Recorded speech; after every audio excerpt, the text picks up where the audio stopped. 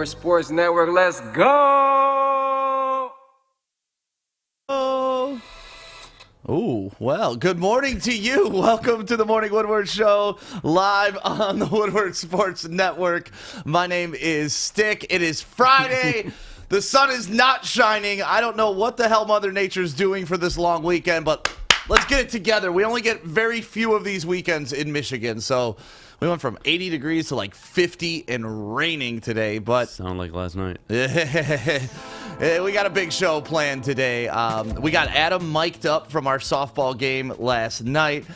Kory was at OTAs yesterday with the Lions, so he's got a big report on what was going on, the vibe, the energy, just what was happening with the Lions. Plus, we got playoff basketball to talk. Whew, just so much going on a Friday, and it's a long weekend, so let's get into it. My name is Stick. This is the Morning Woodward Show. To my right this morning, tired-ass Kory. And to my left this morning, Kory. Not Joey. It's Adham, and I can confirm I'm not Joey. Because you still have your chest. I still have my chest. You're just as hairy as him underneath that, God, though. no. God, no. God, no. I mean, are we really going to do this on the show? Hairy monsters. No.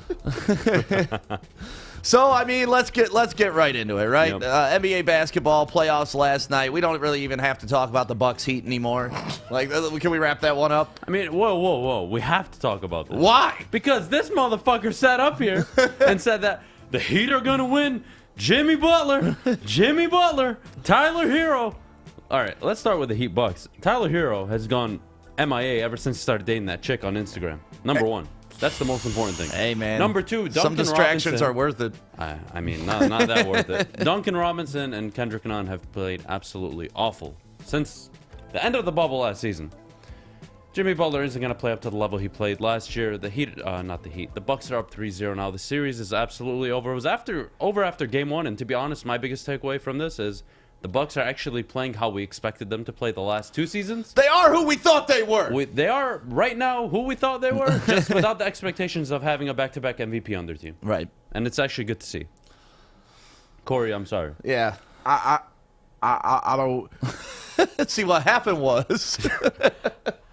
I'll just go for what Jason Tatum said. Tyler Hero was a bubble warrior. He was just a product of the bubble. The Heat were a product of the bubble. I really thought off of the way they took the Bucks' soul last year that, like, all right, look, the Bucks have not been performing up to expectations the past two seasons. They've been figured out. So I thought that, hey, this was going to be a series where Jimmy Butler comes back, the fans are back, they're able to go ahead and get this team back to the finals. And Giannis was not even Giannis last night. It was Chris Middleton.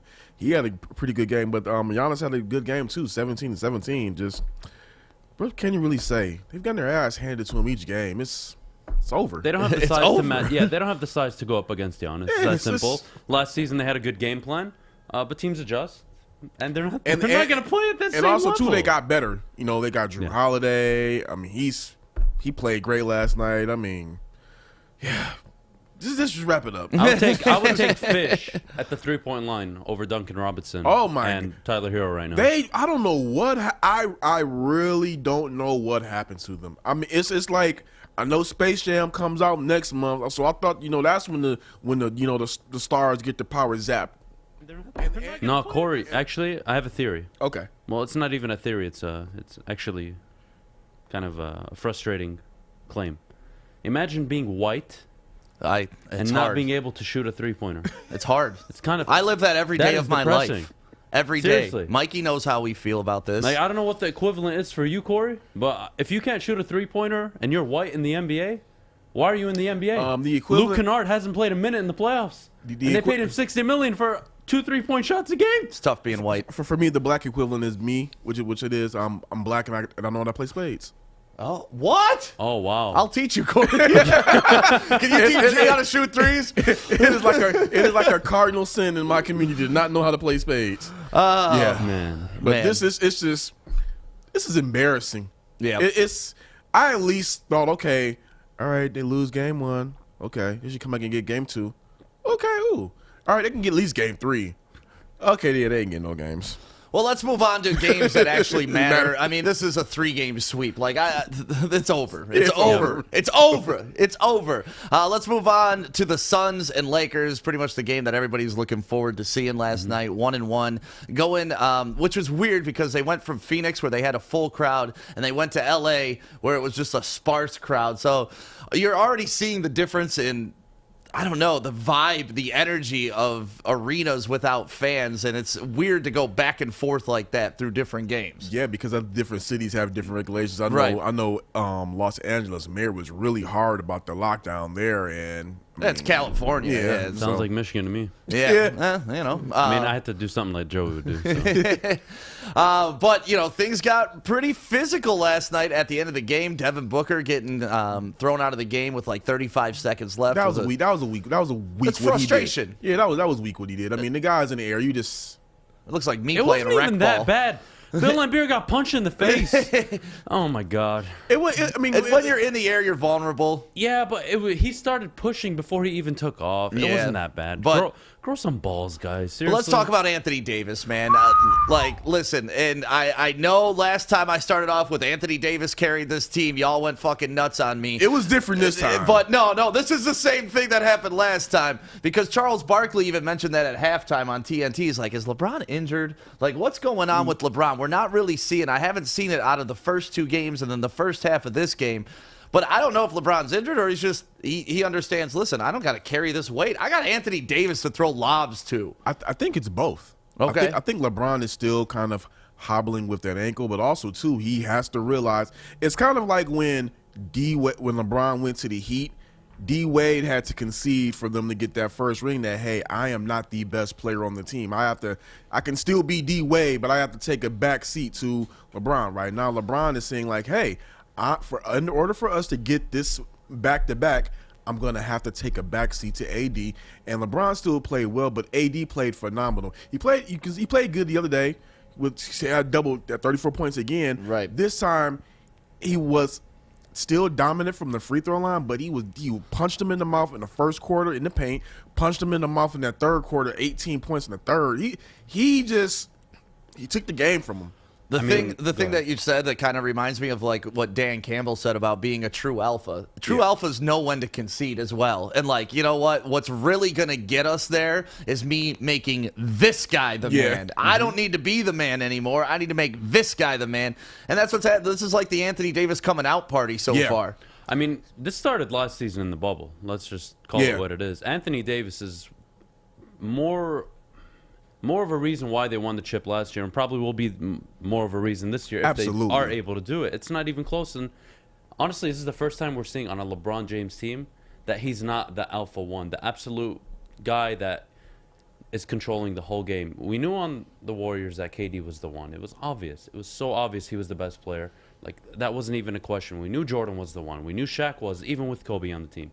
Right now, Anthony Davis is clearly the one. 34, 11, and 6. I mean, it's a great game. Without honestly, him, this team's losing this series. Oh, yeah. Yeah, my biggest takeaway, 2 things. Chris Paul's hurt. He's not the same. Suns are done.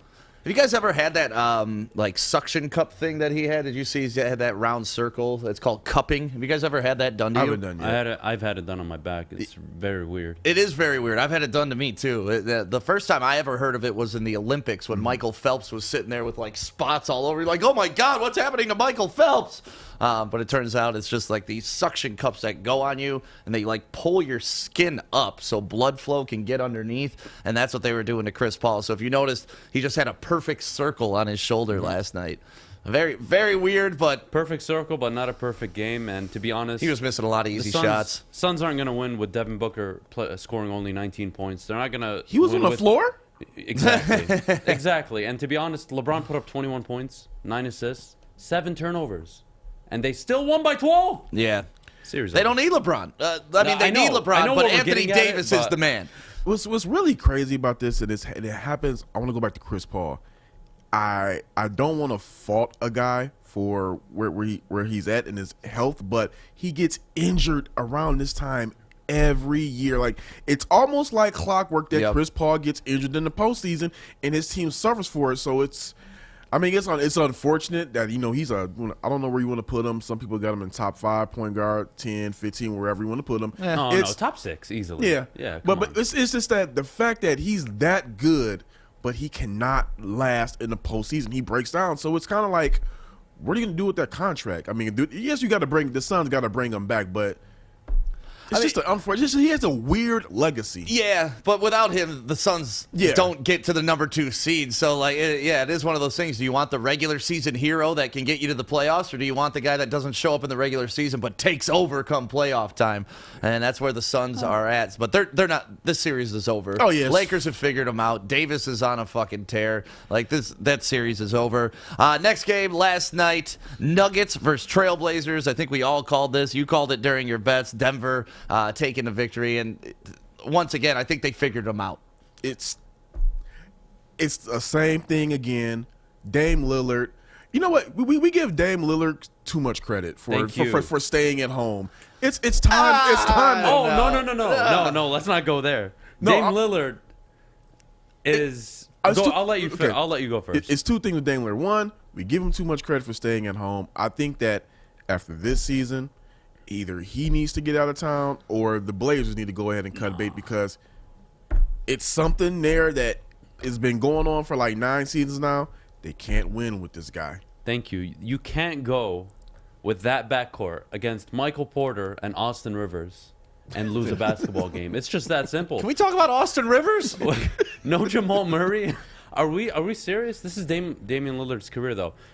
Great, you can shoot from the logo. Amazing. Dame time. Some amazing clutch shots in the postseason. He's had great series, great playoff performances. But he's not taking your team over the hump. I'm going to criticize him the same way I'm going to criticize Russell Westbrook. He's not taking my team to that level. I want to be in the Western Conference Finals. I want to be in the NBA Finals. I want to be competing for a championship. I don't want to be getting a Game 7 buzzer beater and then getting trounced the next round.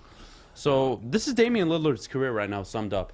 Nikola Jokic is clearly the MVP. Yeah, he should be the MVP, and if he is to win it, he'll be the first center to win an MVP since Shaq in 1999-2000. And that just tells you where the game has gone, and it shows just how dominant Nikola Jokic is, and also how... And he's got the most dominant nickname. How finesse of a player is. He can pass. He can shoot the 3-ball. Free throw. He went 8 for 8 last night. Speaking of 3-ball, you guys see Carmelo lighting it up last night? It's good to see Carmelo getting some run, man. Carmelo looked good last night, just popping these threes. And you got to hate this. I'll tell you what, Kory can probably speak to this more than I can. But Melo Prime with the Knicks was must-watch TV. Just not on a New York scale, like a national scale. Yeah, easy. You had to... Hear me out. I'm not saying he was the best player. Relax. No, I know, but you give Russ for shit for putting up stats and never winning. No. But now you're gonna stroke fucking Carmelo for what he did. I just said must-see TV. Right. Yes. I think Who's saying Russell Westbrook in fucking Washington is must-see TV? Please. Me. I'm saying that. Melo at the Garden was special. It was just only thing that messed up Melo at the Garden. That's only why. thing that messed up Melo at the Garden was with the Knicks is he ended up Jeremy getting Lin. Mike D'Antoni's as head coach. And Nah, Jeremy Lin. Jeremy Lin. Linsanity. Linsanity. That was fun for a whole That month. was must-see TV for like 10 days. And then they made him dribble to his left. Career over. Then they got rid of him. So, yeah, those are the updates for the games from last night. And then, obviously, there's more games tonight. We're looking at the Knicks and the Hawks, the Nets and the Celtics, and the Clippers and the Mavs, to me, which is the only really interesting. I guess Knicks and Hawks has been pretty interesting, too. Knicks and Hawks has been great basketball. Yeah. It's just been entertaining, whether you like the teams or not. It's just been entertaining to watch the games. And I think the reason the first 2 games were entertaining is because we haven't seen the Garden that lively since 2013. I don't know if we're gonna see Atlanta as lively because they're really kind of like a tourist city. They don't really care about basketball down there. We'll see if their fans get hype or not. But the reason this series has been interesting is because of the crowd reaction the first 2 games. I think out of most of the been series out in the East, that's probably the closest matchup. You have the Knicks, Hawks, Trae Young, Julius Randle. It's an even series, but I think the Knicks should pull out. Yeah, so should Definitely Art, pull but out. he doesn't. I caught myself. You know what you can do? You can pull out of your loan if it's over 3%, because Hall Financial wants to take care of you if you're spending more money than you should on your interest rate. Let's take care of that today. Just give Hall Financial a call, or you can go to davidhallmortgage.com and just let them know Woodward Sports sent you. You can get that free 5-minute evaluation on your current home loan, and we'll see how much money they can save you at Hall Financial. Lower payments, better options, more personal attention. You want sports? We got sports for you right here, Woodward Sports. How do I even come after that? This is the only time I'm going to be calm because I'm certainly not during the show. Poor Joy. I'm Drake Bill. I'm here. Legion and Bell every day right here on Woodward Sports from 11 to 1. Welcome back to the Morning Woodward Show, live streaming this morning on Facebook, YouTube, Twitch, and Twitter. Thank you guys for waking up with us, being a part of the show. It's a gloomy-ass Friday, but you know what? We're going into a long weekend, so I'll take this on Friday. Just give me Saturday, Sunday, and Monday of nice weather. Kory, you were out yesterday in Allen Park, God's country, the most scenic city in Michigan. Oh, God. I love Downriver. Shout out to all the Downriver people watching right now. How was OTAs, man? Well, first off, I'm glad that we're having the gloomy weather today as opposed to yesterday because of the way the media setup works out with the different levels of credential status. If it would have been raining like this today, I would have been able to go to OTAs. So, glad it happened. But Standing out there like Eeyore. yeah, but one thing I took from OTAs was something that Dan Campbell alluded to, we'll get into later. It was packed. These are voluntary OTAs, and it was packed. Like, everybody that was thinking that I would see there, that I wouldn't see there, I saw them there. I think the noticeable people that were absent were Michael Brockers and Jamie Collins. They weren't there, but I mean, Goff was there. And here's the interesting thing about watching Goff out there. Mark Brunell is a very intense coach. He was getting in Goff and Tim Boyles. He was getting at him. Nothing deconstructive, but just like, throwing to their drills, like just really intense, and they were responding. Everything was clicking. The whole camp vibe was just like lively, energetic. You walked. They brought all of the media in to TI's bring them out. Yeah. So I thought that was pretty clever. Even all the other media members like, we're getting interest music.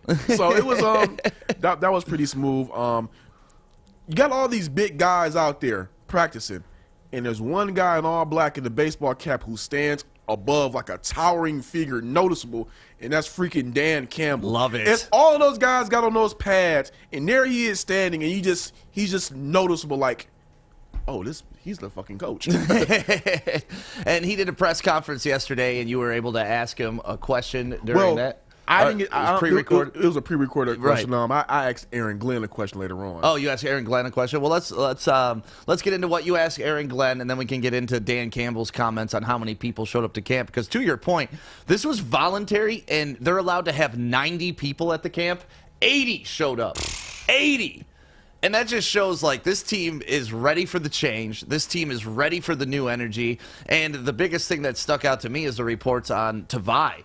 Tavai last year said that the coaching staff wanted him to play at 270, and that's where he was at. He's already down to like 247, and they want him to lose another 15 pounds. You've lost 17 pounds already. Can you imagine a 270-pound guy trying to guard a running back coming out of the backfield? That's why we sucked. I think I have a good theory on this. When you're self-conscious, it's easier when people around you look like you. So I'm thinking. I didn't know where you were going with it. I'm thinking Matt Patricia just showed up to camp like, God damn it. But everybody eat donuts. Jamie, But Jamie and Tavai, 40-pound diet. Let's go. Get it up. But here's the thing. I don't know whether guys are just saying this just to say it, but I've been getting pissed actually at every interview because all the guys are saying the same damn things about it's fun. I've learned more than I've ever learned before. I'm learning technique that I now know how to do my job correctly. Well, what the F happened in the past 2-3 years?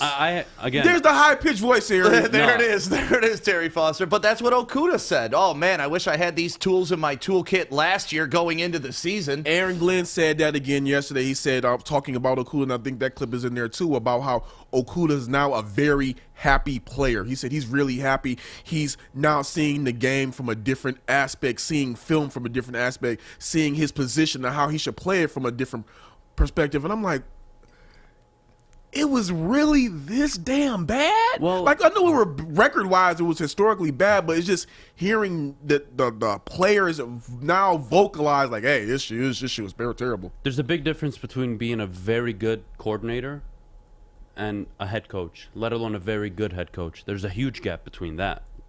So just because you're a good coordinator, or if you're considered even better than that, doesn't mean you're going to transition to being a head coach. Totally different responsibilities. You have to lead the entire locker room. You have to lead all of the drills. So I don't think Matt Patricia was clearly capable of doing that. Having said that, I still think they gained all that weight and played that bad because he didn't feel good walking around Allen Park. Well, let's hear Kory's question to Aaron Glenn yesterday, and then we'll also get into what Dan Campbell had to say about the amount of people showing up to Lions OTAs. The team's excited. I'm excited. Kool-Aid. Kory Woods. Hey, Aaron. Levi talked about when he's coming to Detroit, he said that he planned to be a disruptor and mess things up. What have you seen from him so far that lives up to that? Well, you guys got a kick out of Levi, I know already. But hell, we're not even pads yet. So we can't say what we're going to be until we put pads on. So I told him that he made that statement. I better see it when we put the pads on. But, I mean, you saw it when he was in college. He was a disruptive force then. Even, Panay, he talked about Levi and talked about how tough he was as a player to go against. So with him saying that, and what I see in college, I expect nothing less from that player. I mean, that's who we're going to be as a defense. We're going to be aggressive. We won't ask kickers. All right. So we expect to play that way anyway. So it's nothing new to what my vision is for Detroit Lions defense. I mean, he just solidified what my expectations of him is anyway. I love that. You ass kickers. I love how this coaching staff isn't afraid to swear a little bit. You know who else loved that quote? Calvin Johnson. Did he? My dude. Yeah, yesterday he had him and Rob Sims. They had a meet and greet at Jars Cannabis and for their primitive elevated wellness line, and I was able to ask him that, and he just said, "Hey, it's a violent game. I love it." And then Rob Sims chimed in and said, "Hey, regardless of what people want to say about us, we were a very physical team." Under Jim Schwartz, they were. Oh yeah, they were. And it's crazy because Schwartz and Campbell, this is kind of the mode that you have to go in when you're at the very lowest. You need to bring a guy in that can spark the room and reinvigorate and make people believe that old way is gone, and that's what Schwartz did. He came here, hard handshakes against Jim Harbaugh, bringing in Kyle Vanden Bosch, who was just an absolute animal that played with red contacts in, right? And he just reset the culture here just for a little bit to then pass it over to the X's and O's guys. But hopefully Dan Campbell evolves to that X's and O's guys after being the rah-rah guy. That's all you can really ask for, but I just thought and all the vibe I got from just watching everything, those guys genuinely were happy to be there. That's awesome. They were just all laughing and joking. I saw Okuda being really vocal with some of the younger. I don't want to say it sounds kind of blasphemous saying some of the younger guys because he's in his second year, but he was really vocal out there, being just I guess he pointing out. No, things that I mean saying. he's probably so one of the most experienced people in that secondary. So. Yeah, so it was just great to see. So I mean, apparently, just off of going off of the post game or post OTA conferences, it is a different vibe. All those guys just said it's TJ Hawkins said it's fun. Yeah, and that's what we want it to be. And Dan Campbell seems like a fun guy. Here's his comments on everybody showing up to OTAs. Well, yeah, look, I think that there was things that I was already going to do anyway before we even this came up. I would say this. I talked to players, and I talked to some of the leadership on this team, some of the guys that were here and some of the guys that we had brought in as free agents. And, And the best way to put this is, look, guys, you know, what do we want this to be? Not just them, but us. What do we want this to look like? What are we willing to do? You know, and so I would just say, man, they're almost all of them are here. And to me, that sends a message loud and clear that at least they've taken the first step. You know, they've taken the first step, and that tells us as coaches, like, you know what, they are committed. This is something that they want to do, and they chose to be here because it's voluntary. There was things we were already going to do, and look, there'll be things you'll see today that are very much like the vet mini camp. There's a lot of stuff. We're really not doing any teamwork. We are doing walkthrough against each other, but really for the most part, the only thing we have true competitive nature against each other is 7-on-7 at the end of practice. And this day we will go full speed for basically 10 reps. And that's it. Everything's been up to that point. The 7-on-7 of day one was kind of a jog through. And then we jogged through half of the 7-on-7 yesterday and then ramped up the last half. And then today will be full speed. So we've just worked our. So did you stay for the 7-on-7, Kory? It was real quick. Was it real quick? It was quick, but it was just guys were getting after it. I love that, man. It was an experience. Only thing I didn't like is, man, that sun was cooking my laptop. I had to move my chair and get under the shade because my laptop started, you know, the sun was right on it. We need to get you one of those hats that are an umbrella and it like shades you. See Kory out there. How did they treat you, man? How was everything with the Lions? Because this was your first time going out there. You went early to make sure that you knew the protocols and everything. And just how was your first experience there? Well, I've been to Allen Park. I've been to Allen Park before for conferences, but for my first, so this was my first OTAs, and everything was pretty smooth. I know them, so it was just pretty cool. Just talk to a couple of guys there, and what they did do was just show me where I needed to be at for getting some photos, which we're gonna upload on our social media later on today. And great experience. Looking forward to going back next week. Who stood out to you the most in OTAs? Probably I would say Jared Goff. He just looked like he was a guy out there with a chip on his shoulder. And when Dan Campbell was talking about before the practice started that he throws a pretty ball, we saw it. I saw it, and he just looked like he was there for real. He was locked in. So quit sleeping on Goff, all you doubters. No one's sleeping on Goff. Oh, dude, half the city's sleeping on Goff because half of them are still in love with Stafford. They're idiots. No, but honestly, Stafford, I can't help you. No offense to Sean Baligian. Sean, you know I love you, but the guy who sits in this chair does not believe in Jared Goff. Definition of sleeping on Goff, like how? He's like a bust? He's not the guy? Yeah, he's not the guy. Don't even give him the chance. We know he's a placeholder. We know we're moving on from him. Look at how many turnovers he had the last couple seasons. I've heard it all from that seat right there from 11-1. Well, since I'm in this seat, let me give some reality. The last 2 seasons, Jared Goff has been battling a lot of injuries. His fingers have been completely screwed over. His thumb, obviously, last season in the playoffs, especially down the stretch. Jared Goff, let's keep in mind his first 2 full seasons with Sean McVay, they scored 526 points and then 479 points. They haven't scored more than 400 the last 2 years. Don't tell me that's just on Jared Goff. No, McVay's been figured out. Clearly, teams are more prepared for Sean McVay's offense. And also, clearly, Goff has been hurt. The guy can throw the ball. He was the first overall pick. Let's not do this. Give him a chance. Give him 2 seasons. Let's see how he plays, and then go from there. Don't tell me he can't play football, guys. It's stupid. Well, I'll tell you what we can't do. We can't play softball, and we mic'd up Adham last night at our softball game, and we're gonna get to that footage coming up in about 10 minutes. But first, we got to give a shout out to our people at Levels. Levels, it's opening in Centerline very soon, and we're gonna be there for the grand opening. Big artist name that's coming out. I can't wait to announce that, plus a couple big giveaways. I'm thinking maybe we're going to give away a car while we're there, which is going to be pretty amazing. So be on the lookout for that. It's Levels, and you can go check everything out at enjoylevels.com or give them a follow right now on Instagram at enjoylevels.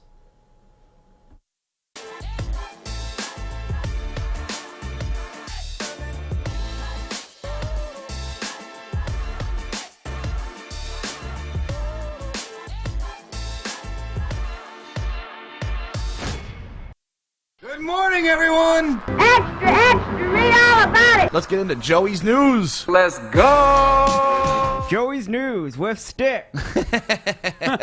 Thank you, Fish. Obviously, Joey is on vacation right now. He went to Florida. He's third wheeling with his uncle and aunt. Well, that's interesting. Is he sharing a bed too? I don't know, but he shaved his chest for the trip, which is weird too. So Okay. Yeah, All right, you Joe. know. I didn't know you're into family gatherings. I didn't know you were like that. Southern Chaldean. That's low blow. I didn't know Indiana had Chaldeans. So let's get into Joey's news. Tiger Woods has finally spoken out since his February 23rd car crash, where he shattered multiple bones in his legs, requiring several surgeries. And he was quoted as saying, "This is more painful than anything I've ever experienced." His number one goal right now, not to play golf, just walk. That's what it should be. That is crazy to think about, that is Tiger Woods' goal right now, Well, is to walk. One step at a time. I don't think you can golf if you can't walk. So, Well, I mean, yeah. Okay, thanks, Captain Obvious. I'm just saying. That's like that's what his goal should be. I don't think he's going to be in a marathon either. Hey, I think I said it last time. I think he's done. Yeah, do you think he'll ever golf again? nah. I think he'll golf. I just don't think he'll golf every week. He'll probably golf a weekend, take off a week, golf a weekend, take off a few. He's not going to be the same. You can recover from it, and if anyone can, it's him because of his mentality and his training regimen, but he's at that age where how do you recover from that? Dude, I hope he does. I don't know. I mean, we just saw 50-year-old Phil Mickelson win a PGA Championship event, so we could see Tiger Woods come back, but it blows my mind, like, not comparing it to Kobe, because obviously Kobe's gone forever, and that's a whole different level, but I look at Tiger Woods as invincible almost. Just like when you put Kobe on that pedestal of like, wait, there's no way. These guys are so larger than life to have to deal with an issue of just trying to walk again. It's just crazy for me to wrap my brain around, because I think I just kind of put this in the back of my head because I really haven't thought about Tiger Woods in a while. And then for this quote to come out, 3 months after his accident, and he's just now trying to walk? I mean, you just assume because of who the person is, they're bouncing back. Superman, yeah. But I mean, it goes to show you that they're human and they bleed human. just like us. Yeah, Kory hit it on the head. And to be honest, with the way golf is going, if everybody's going to take the Bryson DeChambeau model, Tiger Woods can play until he's 70. Yeah, I love DeChambeau. I know a lot of people. I love that guy. Todd Gurley was in town yesterday for a free agent visit for the Lions. DeAndre Swift said he saw Gurley yesterday and would be excited if they added him to the team. They're both from Georgia, so, they're going to support the Bulldogs on each other. And he would be reuniting with Jared Goff. And there's the play last year where he pretty much played for us anyway. So we love us some Todd Gurley here. I mean, no. No, we don't love Todd Gurley for that. If he's, dude, why? Because it Why cost would us 3 spots in the draft where we would have got Penei Sewell anyways. No, why would I love Todd Gurley for doing that? I don't understand. Because he helped us. It was a he helped us. One of my friends made a quote yesterday, and I'm going to steal it from them about Todd Gurley coming here. Todd Gurley's only 26, right? But those knees are 47. That sounds about right. What do you think? Do you think he could join the backfield? I mean, he would be our 4th running back, right? We got Swift, we got Williams, we got Jefferson, and then we would have him. Under 2 caveats. One, it has to be to super cheap. I'm talking about like Million? super dirt cheap Adrian Peterson near money. The second one is that he's a goal line back. And that's exactly it. If I'm looking at our running back core right now, I'm not seeing our power back for 4th and 1. That's the only thing we're missing out on. DeAndre Swift did well in the red zone last season. In the red zone, I'm talking just short yardage situation. Just to spell Swift every now and then. That's the only reason. If they want to waste a roster spot on a 4th running back, that's up to them. I don't agree with it, especially because you took a running back who is pretty damn quick in the 7th round. So I love Jefferson. Yeah, I really do. I'm okay with it for a year, but to waste a roster spot, I don't know. Are we just doing favors for people because we like them? Hey, why not? I mean, you could get some We good look like morale going Jacksonville. on. Look like Jacksonville right now. Well, Todd Gurley's last team was the Atlanta Falcons, and the Atlanta Falcons are still looking at trading Julio Jones, and apparently they've received an offer for a first-round pick, and that trade could go down as early as next week. And I think right after the first, we're going to start to see a lot of action. Like the Aaron Rodgers situation is going to be resolved. The Julio Jones situation is going to be resolved. Probably Deshaun Watson, now that we know he's not going to get deposed till 2022. Yeah. Now the Texans could actually move him, and the NFL's not going to suspend him because it's a civil infraction that he's facing right now. So after the first, we're going to see a lot of movement in the NFL. But who do you think offered the first-round pick for Julio? It's got to be the Ravens. The It's gotta be Ravens? the Ravens. The Ravens have been picking anywhere from 19 to 26 over the last 6 years. They need a wide receiver. They just do. Lamar Jackson needs help. He can't do it all by himself. He had an MVP season, bounced back, had an okay season compared to the season prior, but he can't do it all with his legs. He's not going to last. He needs to be able to throw the ball and have dependable receivers. Marquise Brown looked like absolute garbage last season. I think the Ravens are in for him. Well, they drafted a rookie this year, wide receiver, to help. Yeah, but the Ravens have a win-now mentality. And I think they have a good enough roster to make a push for an AFC championship appearance at least. But the only problem is no matter what receivers they bring in there, they still need a quarterback that can throw.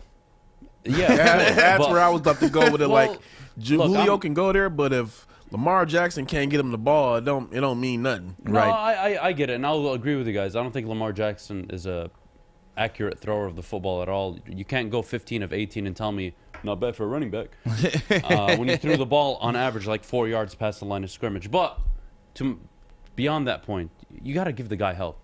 You can't expect to win a Super Bowl with just Marquise Brown at the wide receiver position. Come on. Right. Let's be realistic here. I think the Ravens are in on him. I don't know if the Niners are going to give up that capital. They already gave up a lot to trade up and get their quarterback.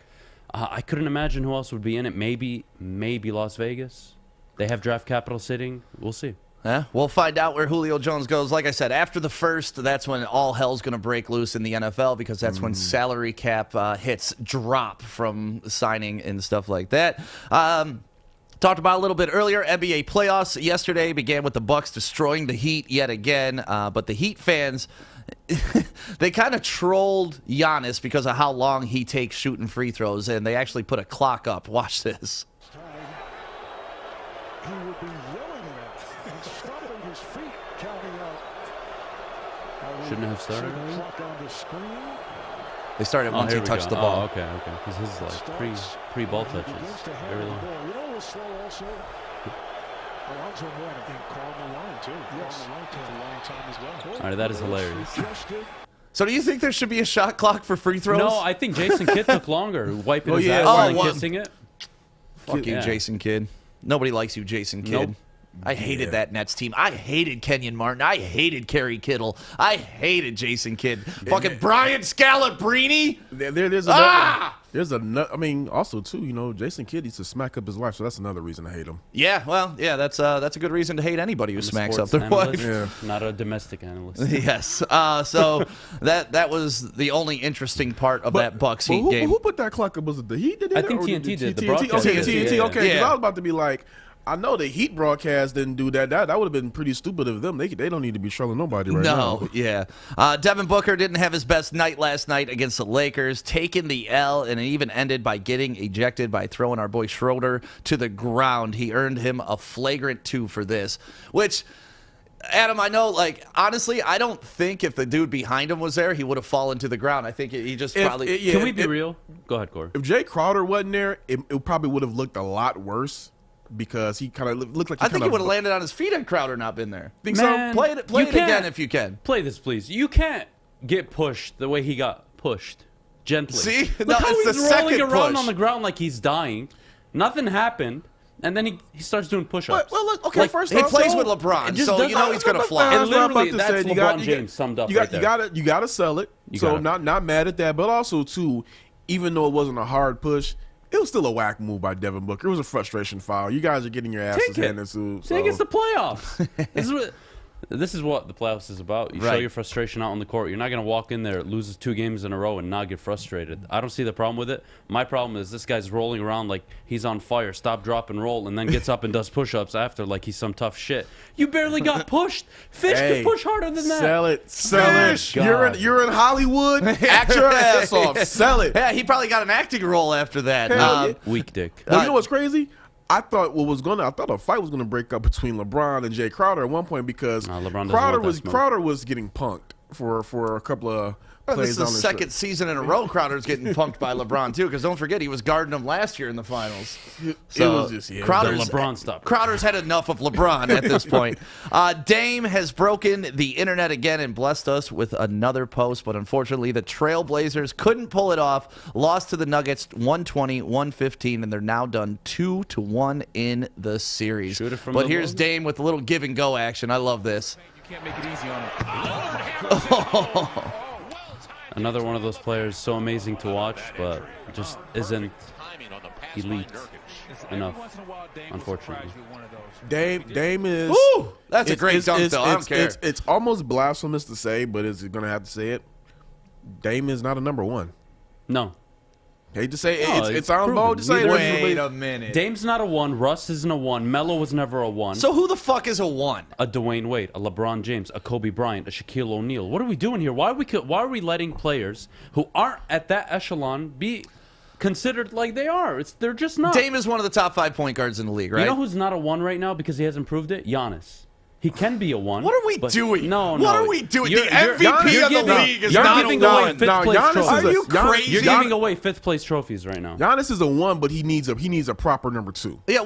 First of all, what are we defining a 1 as? Somebody who can be the best player on the team and lead them? The best player on the team. Because that's what I mean by 1. Yes, a best player on the team that can lead the team. Where's Damian Lillard, Carmelo Anthony, Russell Westbrook? I don't think Carmelo's a 1. Dame is a 1. Dame needs a big man. Dame needs a good wing player to complement him. CJ McCollum. You give Dame Anthony Davis, he's in the finals. Oh my! Honestly, you're telling me he wouldn't?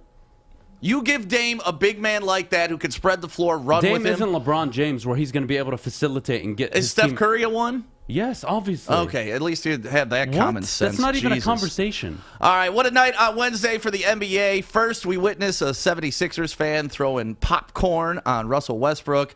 Then we saw a Knicks fan spit on Trae Young. Now a third incident of unacceptable fan behavior from the day that Ja Morant had one of his best performances of his career, scoring 47 points. It came out yesterday that the fan told him, quote, "I'll put a nickel on your back and watch you dance, boy." Well, I would have turned around and swung. Yeah, another fan made a sexually explicit remark to Ja's mom in the third and told her, "Shut the fuck up, bitch." Man, and that's a direct quote. That's not me talking. I don't get people, man. It's a basketball game. I don't get people because you haven't been able to watch these guys for a year. You've been back a week, and we're already dealing with, did you forget how to act in public while we've been on lockdown for a year? I think that's the case. Thank you. I don't have to say nothing else on that. Yeah. But I'll go to the second point because you took the first one. Ooh, you look mad. Dude, we've been on punishment for a year. And people just forget how to act. It's like these assholes that forget how to drive now. It's like, oh, rush hour again. It's like, yeah, we got to get acclimated with how we used to be. A year goes by and everybody forget how the world's supposed to behave. Year went by, Russell Westbrook still can't win shit. That's fine. But what's crazy to me is that I hate to say this, we need another Malice at the Palace. We need another chance for one of these athletes to go in the stands and whoop one of these fans' ass. No, who would do it? No, whoa. Here's my solution. I got a solution. He's onto something. No. He is. Kory's onto something. He is, but I want a different approach. I want an enforcer in the stands with a billy club that beats the shit out of these guys when it happens. It's boring. And that's their job. No, like the dancing usher, give them a billy club. They'll dance on over and pop you in the face if you do this. All right.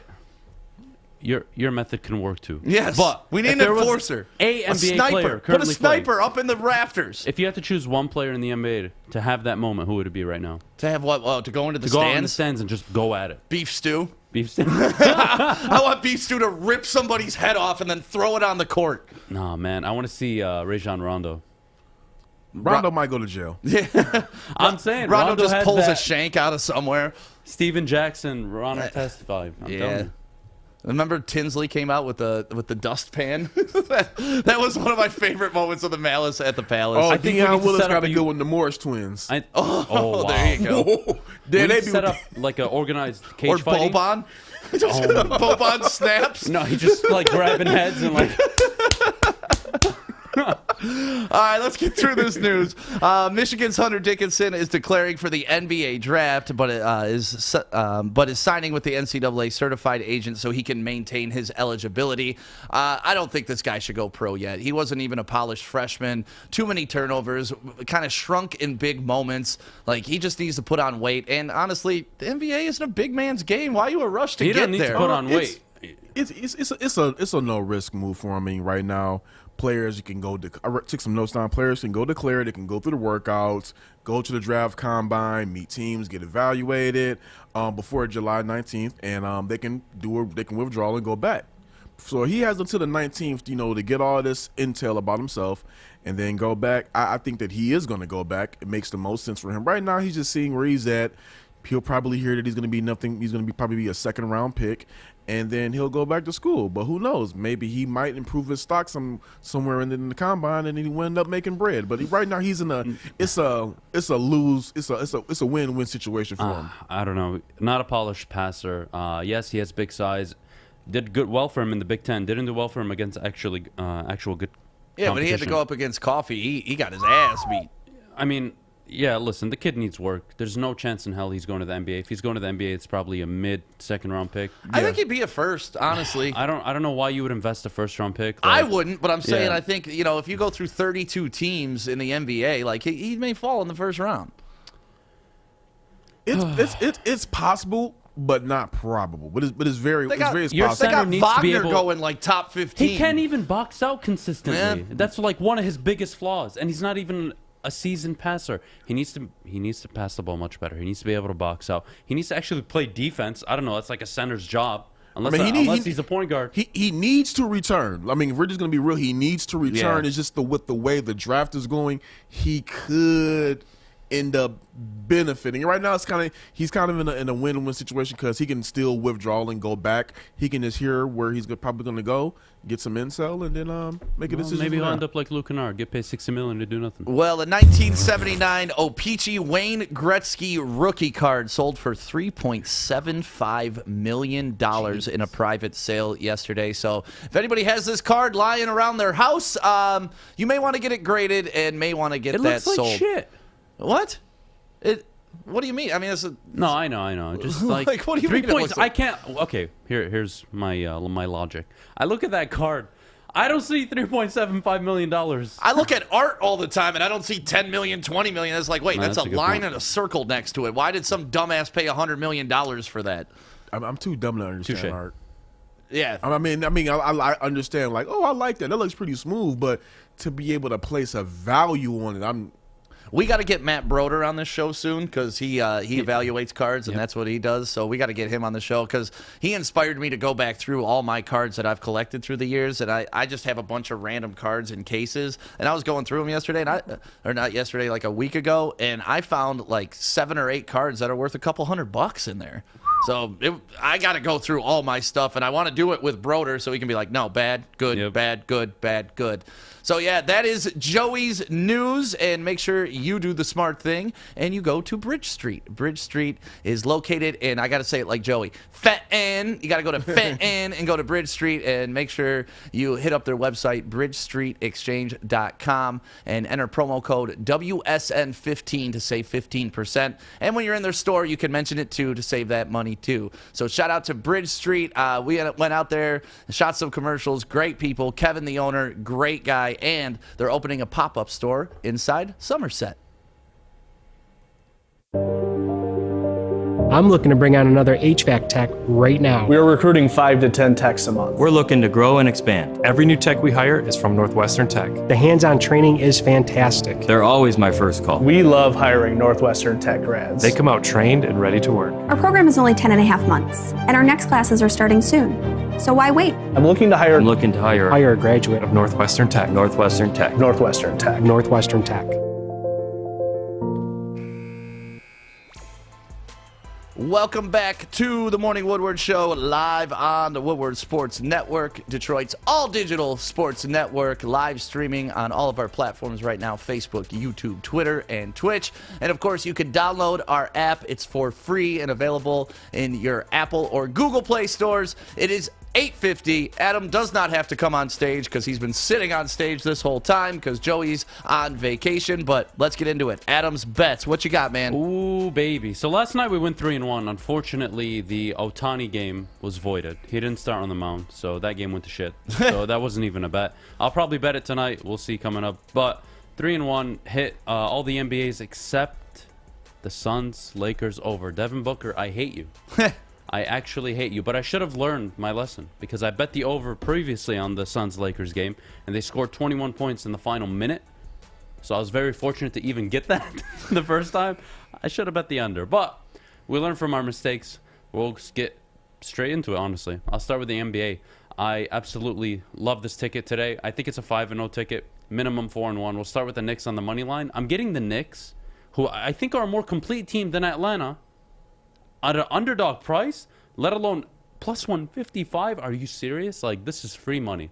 This is probably the single game that I will bet the most on because this doesn't make sense. They shouldn't be that much of an underdog. The series is a super close series. They should be priced out, if they are an underdog, plus 105, plus 110, plus 115 at the most. You're giving me free money? Thank you, Vegas. On to the next game. The Boston Celtics to cover plus 7.5 points. Nets are going to win the series. I just think Boston, this is their last good showing they're going to come out with. They've played like absolute garbage all series. Having said that, this is the game they'll keep it close. They'll probably lose. I could care less. I just want them to lose or win between that margin. The next game, the points scored, I'll take the over at 219.5. This is a tough game to predict. Logic tells you that the Clippers are going to come out swinging, but logic would have told you that they would have done that game too. They can't guard a white guy. It's honestly embarrassing. You have Paul George and Kawhi Leonard. He's a European white guy, though. I know, not an American white guy. That's different. Dude, come on. Luka's nice, though. Let's all be real. But I'm going to take the over at 219.5. I think that should be set around 223, 224. So I think it's underpriced just a little bit. So I'll take that game. I'll take the total goals scored under in Game 7 of the Vegas Golden Knights versus the Minnesota Wild NHL Stanley Cup playoffs. This is a Game 7. 6 of the last 7 Game 7s in the Stanley Cup playoffs have all been under 5 goals. So we're going to take that trend. We're going to ride with it. And, of course, my favorite bet in the history of betting. In the history of betting. Betting against the current Detroit Tigers. I would take... Can you show fish cam right now, Alex? Casey Mize on the mound, yes. Casey Mize on the mound. But Jarrett Cole is on the mound for the New York Yankees. Expect a shutout. The New York Yankees to cover 1.5 runs. It's such a smart bet. And it's actually priced where it needs to be, minus 135. It's a great single bet. It's a great parlay bet. You don't want to take the Yankees on the money line because we all know they're going to win. They have their ace on the mound. They're going against our up-and-coming prospect. I love this game. And because yesterday I had a game voided because Ohtani wasn't on the mound, I am going to double down from yesterday. I'm going to add $50 on it because we made some money actually yesterday, so I was happy with that. I'm going to put $300 bet into this parlay. I'm going to put $300 into the Knicks and $100 across the board for the rest of the games. We're going to go into Memorial Weekend with a bang. And if this parlay hits, 10 G's, man. 10 G's. And Art said you were going to split last night if your Art parlay hit. volunteered himself. Like, honestly, I walked in the back. He's like, if you hit your parlay, you're going to give me half. And I looked at it. I'm like, all right, man, whatever. Well, he confirmed with me later. He was like... He tweeted about it. He's like, was Adam serious about giving me his bet? And I was like, Adam's a man of his word. If he says he's going to do it, he's going to do it. But, you know... He didn't get $4,500. Isn't that what you were going to have to give him if you hit your parlay yesterday? Today, Art, just for you. No, hell no. I want half this one. I want it. Like, if you're doing this, I want in on this. Let's be real. I've known Stick much longer than I've known you. And I'll give Art half of what I get. No, don't do that. There you go. We'll each give him like 0.5% of what we get. There you go. So those are Adam's bets. Let's run through them real quick one more time. Just run down the list. Absolutely. Knicks money line. That's a great bet. Boston Celtics to cover. They're probably going to get swept or a gentleman sweep. This is probably their best chance of even keeping it close this series. I'll take the total over between the Clippers and the Mavericks. I'll take the under between the Vegas Knights and the Wild. Keep in mind the last 6 of the last 7 Game 7s in the Stanley Cup playoffs have gone under 5 goals. And then I'll take the Yankees to cover minus 1.5 runs. They're going to smack the Tigers up. Casey Mize on the mound, sure, I don't give a shit. We have Jarrett Cole on the mound, guys. That's one of the best pitchers in the AL right now. I love it. Those are my bets. Bet them single, bet the parlay. I am feeling good going into the weekend. Yeah, and long weekend, and good luck on your bets. You've been on a roll lately. And 12-1 over the last 4 days. I was going to say 5-0, then 4-1, then 3-1. So, yeah. You know, steamrolling through these bets, baby. Listen, you take the ups with the downs. And if you want to get involved in any of these bets, it's real easy to do. Just go to mybookie.com right now. Enter promo code Woodward10, and we will hook you up with a free $10 account. No deposit required, and you can toy around, bet on a couple games. You know, turn that $10 into 20, turn that 20 into 40, and keep going from there. It's a free $10, so why wouldn't you take it? Go to mybookie.com. Enter promo code Woodward10 right now. We are here, downtown Fenton, my favorite Bridge Street Exchange. That's right. And you want to switch up your wardrobe this summer? It's this easy. Ready, Joey? I'm ready. All right, you ready? I like it. You want to do it again? Yeah, let's do it again. All right. Ooh, Brixton. Nice. One more time? Yes. Ooh, I like the hat on this one, too.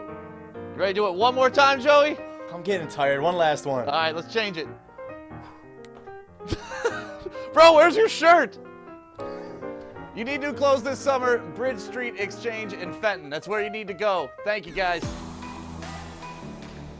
Welcome back to the Morning Woodward Show, live on the Woodward Sports Network, Detroit's all-digital sports network. Thank you guys for waking up with us every single morning and hitting that subscribe button on YouTube and making sure you smash the likes and the shares on Facebook and retweets on Twitter. And, of course, watching us on Twitch as well. Thank you guys so much. We appreciate you. Love when you guys comment in the comment section so we can throw them up on the screen and just get your opinion on everything that's going on in Detroit sports and sports around the country and sports that are super local, like Adam and my softball team. And we've been talking, this is our third week of play. We're now sitting at 2-2 because we lost last night. I'll let the cat out of the bag on that. And yesterday, somebody in the chat had an idea to mic up Adam for the game. Now, I will tell you this, Adam swears a lot, and that's okay. You know, we're grown people, and we can handle that. But yesterday's game was uber frustrating for everybody. Our team played like absolute crap, so it was a perfect game for you guys to get some insight. I wish we would have done the game we came back from 11 runs down to win on a last-second hit. Like, that would have been amazing. But no, you get to see us at our least glory. Adam, how many errors did you have yesterday? I made 3, I counted. I'm pretty sure 3. Yeah. Yep, 3 errors that third. And how'd you bat? You had one hit, one of three. Yeah. I was 0 of 1 because I reached on a fielder's choice and a walk. So I was on base twice, but then I flew out to left center. Probably the most frustrating day of my life. I haven't been this slow since I can't remember being this slow. The good news is Mikey TikTok was the guy editing the video, and you know when Mikey's up here and he sucks, we let him have it. So maybe he brought that energy, and that's why we lost. Well, last night I called Mike because I didn't know if he really wanted to show like the lowlights of yesterday. So I was like, man, don't hold back. Like, be as authentic as you can, everything that you covered, and show us what really went down. So here you go. This is the Space Dogs. Sorry for the language, Last everybody. night, I believe we lost 8-2 because we could not hit the damn ball to save our lives. Let's watch this. Billy, you could never be a professional manager. Fucking take your shortstop, put him at third base, then demote him, put him back at short, and then back at third. It's bullshit. Throw me something pretty. Please, make me look good.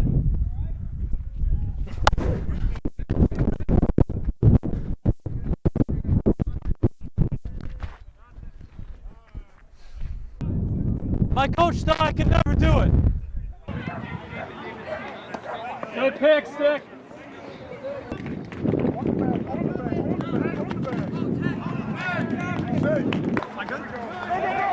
Oh.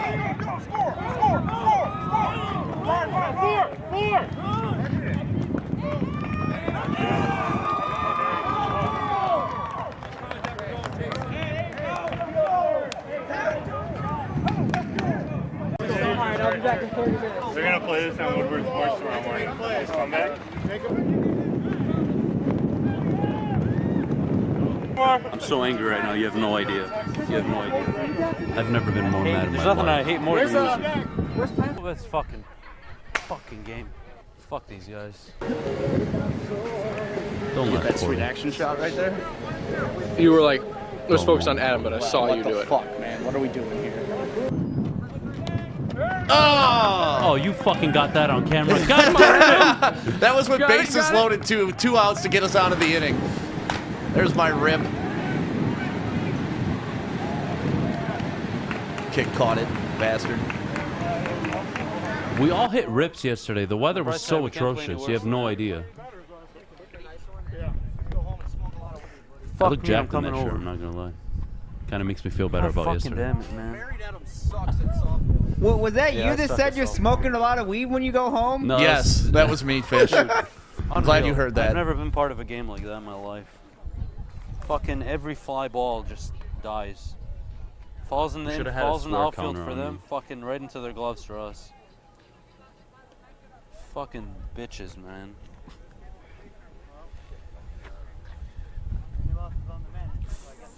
You guys don't know anything about me. I hate losing. Fuck you.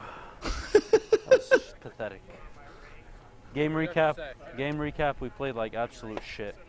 Me and Stig did not swing the bats well. I made about 3,000 errors, honestly. Our whole team just didn't show up today. It's kind of frustrating. We just didn't play well, so we'll get them next time. Anything you got to say, Stig? We're never miking up Adam. This was a bad idea. This was a bad idea! Whoever suggested this in the chat, it was a bad idea! Seriously, fuck the entire morning show. Just kidding. See you next talk to the mic. What's up, buddy?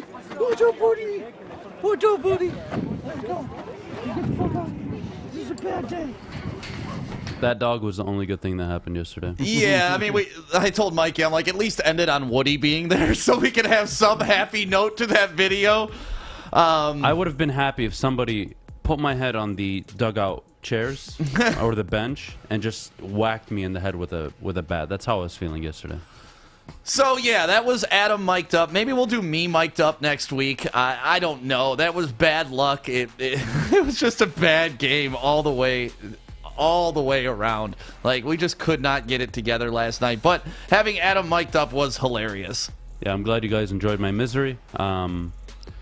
I never look forward to doing that again. Mikey TikTok, you were out there. What did you think of our performance yesterday? And like I said, man, we're brutal when you suck, so go ahead, Mikey. You guys were fucking awful. I had guys, Okay, let's not go too far. I had guys coming up to me. They were like, dude, like Adam is good, man. Like, what is going on? He's got this mic on him, and it's like killing his confidence. And No. it was really like God hates the Space Dogs, because you guys would have the gust of winds that would come in only when you were batting. You would have the hits that they were reaching base on that would go right to them. Yep. And overall, man, I felt bad. Like, I texted Adam when I was editing the video. I'm like, I don't want to do this, man. Like, it's all right, Mikey. This is why. Listen, it's hard coaching. You know, there's nothing wrong with it. I told you, when we suck, call us out, and when you suck, we're gonna call you. It's all out of love. Space Dogs are gonna bounce back. I'm confident. I want to go back, see what you guys can do. Yep. Prove it to me, because everyone was like, "Yeah, we're comeback kids, and then it ended, and you weren't even saying good game. You were just saying a game, a game, a game. That's how I ended the game. Yeah, I didn't tell the other team good game. I was like, it was a game. It was a game. We played baseball. We played softball. I even asked them. I was like, you guys want to run this back? Because I feel like I didn't even play tonight. It was freezing too. Like, that was the worst conditions for a baseball game ever. It's not like he did the sheet. Both teams played hard. Yeah, that's really. I'm just here Both so I teams don't get played fined. hard. That's really what I felt like talking to Mikey yesterday. I've never been more angry in my life. Adam drove me home. That was a very weird. I ended up just talking to his brother, because Adam was just like, "Man, Mike, I'm so sorry, man. Like, I don't know how to make this up to you." And I met Anwar, though, very nice guy. We'll say that. Yeah, we met Adam's brother. He's a great guy. Him and Adam were like the dynamic duo of hurting the team, but it. Yeah, the Bayoun brothers had like 5 errors yesterday. Yeah, the Bayoun brothers. Hey, it's like your tweet. The Bayoun brothers went off. I'm sleeping on the Bayoun brothers. 0 for 5, 6 errors. So efficient. I mean, let's not say 0 for 5, but yeah. Yeah, well, thanks for coming out yesterday, Mikey, and filming that absolute disaster of a baseball game. We'll bounce back. We're a much better team than that. I'm not concerned. We just got to get it together Space before Dogs playoffs. got it, boys. You guys got to keep on going mic'd up because we are not going to have the Lions mic'd up this year. So this has got to be the Woodward Sports Hard Knocks. There we go. That's what we should turn this into. The Hard Knocks. Have Billy doing post-game interviews and All right, stuff we can like do that. this next Thursday. It'll be my, You guys got it. I'm confident in you. all right, that's fine. I'm confident in our team. I have no doubts. But yeah, it was an interesting game last night, and so it was fun to mic up Adam. Like I said, I wish there would have been glorious moments for us to share with you, but you know what? We're not going to lie about it either and hide from it. It's sports, man. Sometimes you don't have it. Sometimes you do. Last night we didn't for the Space Dogs. But even though that sucked, one thing I am looking forward to is our trip up north to Petoskey with Sun RV. We got an Airstream that we're taking up there. Plus, they got some glamping cabins going on that you can rent if you guys ever want to go up north and do your thing. They also got a place at Silver Lake Sand Dunes, which is absolutely beautiful, and places all around the country, like from Key West all the way to Moab. They got places for you to stay. So if you're looking for something fun to do this summer, make sure you go to sunrvresorts.com. That is where you need to hit them up. And in 2 weeks, we're going up north. Kory, you ready? I'm ready. It's going to be a lot of fun, man. What do you drink, Kory? Because I'll buy your liquor. Okay. It's not what I drink. It's what I don't drink. Okay, what don't you drink? Vodka. Oh, okay. Well, I'm going to bring the 8 Mile up there. Cause okay, 8 Mile is different. But it's okay if you don't drink vodka, man. That's okay. Outside of 8 Mile. Yeah, okay. Then I'll get us something nice, man. We'll have a good time while we're camping up at the Sun RV Resort. Make sure you book your spot today and have some fun with us this summer. Ever since Kory's been wearing this LeBron James jersey around the network, it's been falling down a lot. And really, that's it. Dan Campbell is going to be the man for the Lions. Don't you agree, Kory? I didn't even touch you.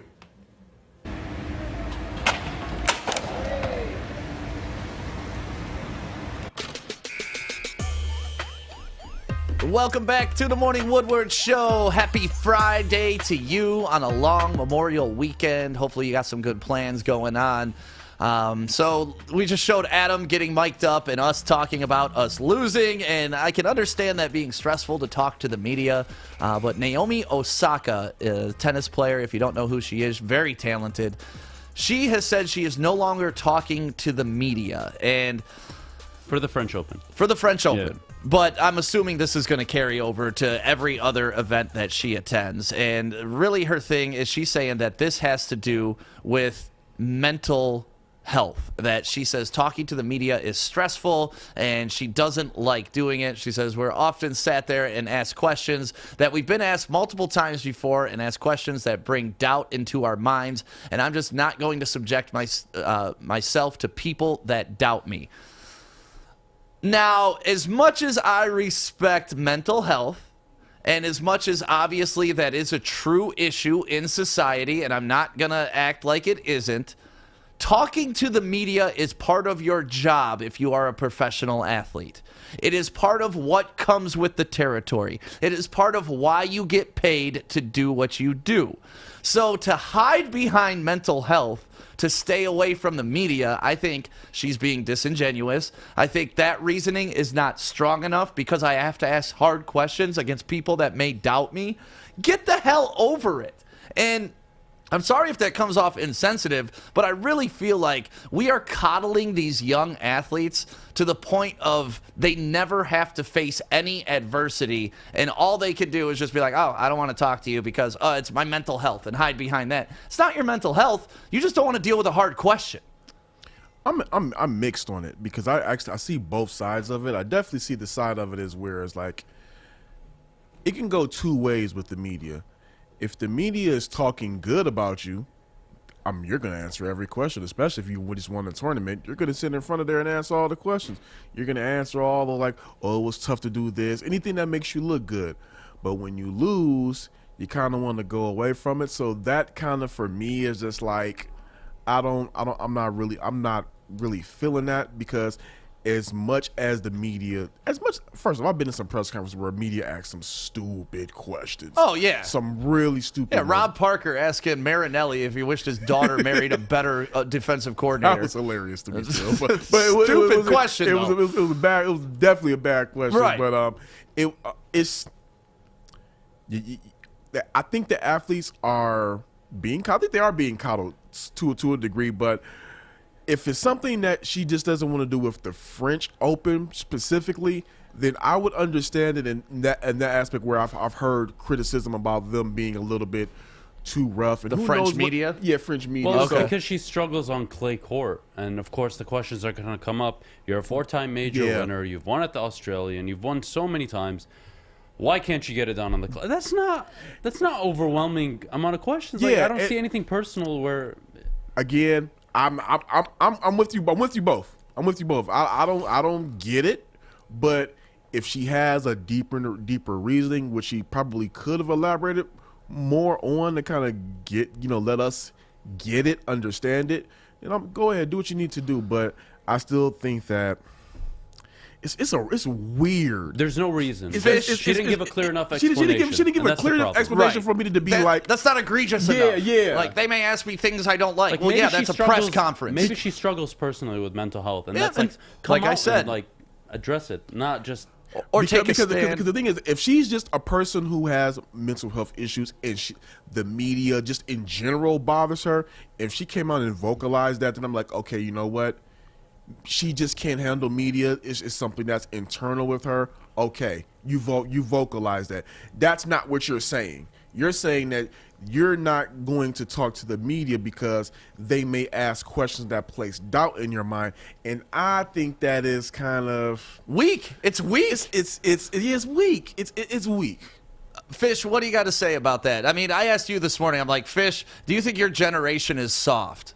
Yes. You do? Yeah, it is soft. Yeah.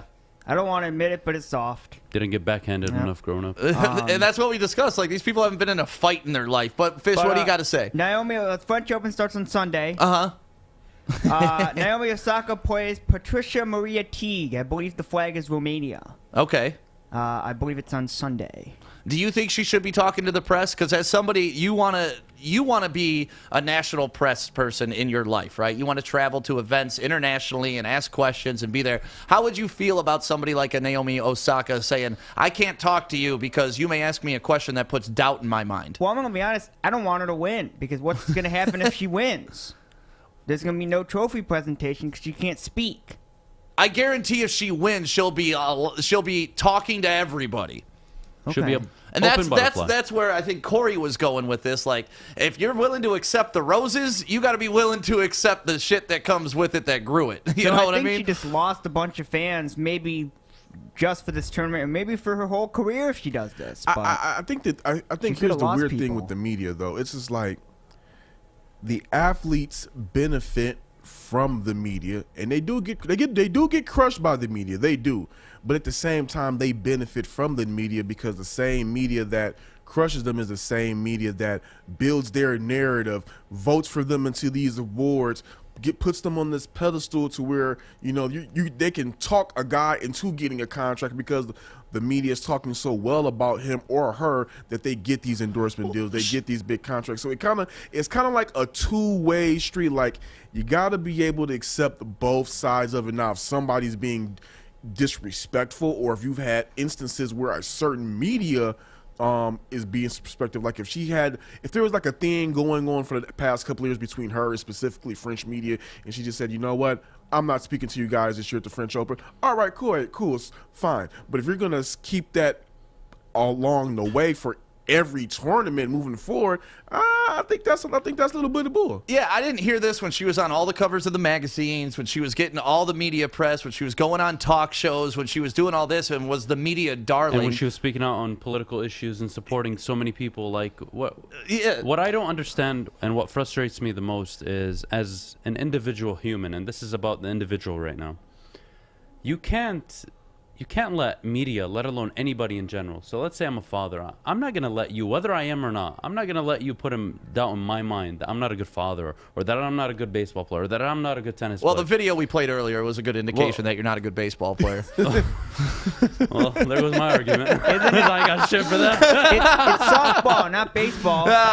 You know what I mean, Fish. Having said that, no, media obligations are a thing. Like, this is how you're able to make these millions and millions of dollars because of these TV right deals, because of these sponsorship deals. So just because a media person may ask you a tough question or say, hey, why do you struggle on clay court or whatever it may be, even if you do struggle, like in your head, I'm going to be the best this tournament. Right. Like, that's a champion mentality. You shouldn't let that get into your head, and that's what frustrates the hell out of me. She clearly said in her quote, I don't want anybody putting doubt into my head. What the hell are you doing? Why are you listening to people? And Why does a reporter's opinion of you matter? It shouldn't. Mikey's opinion shouldn't. Nobody's opinion should matter. And I think that's also a generational factor because of they grew up with social media, so they're used to seeing everybody's comments. And you gotta be better than that. You gotta be mentally more strong. Again, it's just a. It's not like a broken record. It's just a two-way street. You got to be able to. If they're being disrespectful to you, check them, deal with it, address it, put that media organization on blast. But all of these athletes that she's admired, the Kobe's, all of the people that she's talked about that looked up into it, Serena, they've all dealt with tough ass media, and they've all gone out there and performed to expectations. So if you're gonna be the next face of tennis on Naomi, you're gonna have to deal with some shit. It's just the way it is. Look at what Serena has dealt with of being called out of her name, compared to animals, and she's gone out there the next time, sucked it up, and whooped ass. Look at LeBron. Everybody goes through this. This is a normal thing. Well, I just wish she gave a better explanation because I can't understand this. I don't know where it's coming from. If it's a personal thing, like, she should speak out about it and become a vocalist and like use herself as an example of, hey, I struggle with this. I know a lot of people out there struggle with it. Like, you can make that connection. I can't make a connection here. You telling me you can't take tough criticism, or you don't want reporters putting doubt into your mind going up into a major. That makes no sense. There's no excuse for it. Yeah, so, I mean, obviously we're not going to hear much for her until and if she wins. So I just thought it was an interesting topic to talk about just because of the reasoning behind it. Like, cause if it was, I'm really struggling with my mental health right now, like, you know, I'm going through some things, not just, I really just don't want somebody putting doubt in my mind. It's like, no. That's not mental health. That's you being insecure. There's, like, I think we confuse mental health and, like, anxiety and stuff like that with insecurities. Like, oh, I have panic attacks. No, you don't. You're nervous, and that's okay. Like, being nervous is a good thing. Like, it's not a panic attack. It's your body telling you that you're going through something different. And I'm going to put myself on the front street about this issue, too. I've dealt with mental health issues. Still, it's a daily thing. I deal with anxiety issues, and then there's also another side that's insecurity that you've dealt with. My mental health and anxiety for me is different than like the insecurities and other things and being criticized. I can take criticism and it has nothing to do with, oh my God, my mental is just off today. It's just like, okay, this criticism is warranted. This criticism is correct. It's don't hide behind having to deal with the tough stresses of your job behind mental health. It's like I said, I don't want to discredit mental health, but the explanation that she provided just didn't make me be an advocate for her. Like, okay, you know what? I applaud you. I respect what you're doing. Like you said, if she would just came out and said, hey, I'm going through a lot right now. I'm going through a lot right now. I just can't handle the media. Have personal issues going on. Okay, you know what? Take your time. Yeah. Well, we'll find out and see what happens at the French Open this weekend. I know, Fish, you're going to be watching it all day, right, buddy? Yeah, it starts Sunday at 5 a.m. Are you getting up to watch it? Well, I don't know. I was going to get up at 1:20 because I normally get up from 1:20 to 5, so I got to figure out when I'm going to get up now.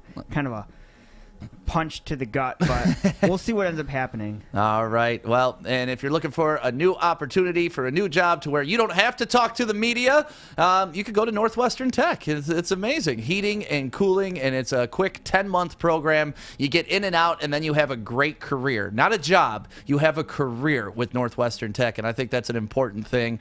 Get through it. We walked through the building the other day, and it's just so awesome. They have like 4,000 air conditioners lined up on this wall, 4,000 water heaters lined up on this wall, and you learn how to fix it. Hands-on training right there at the school. So make sure you go to northwesterntech.edu if you want that new career. Hey guys, I'm D-Mac. Hey guys, I'm Pilar. That was a little slow. Right. Hi, I'm D-Mac. I wasn't ready. I was doing this. Hi, I'm D-Mac. Hey, I'm Pilar. I'm Maz. You're lit. Hi, I'm D-Mac. I'm Pilar. I'm Maz. We suck. You suck. Catch us Monday to Friday, 3 to 5. Every day, right here on The Hook. On Woodward Sports Network.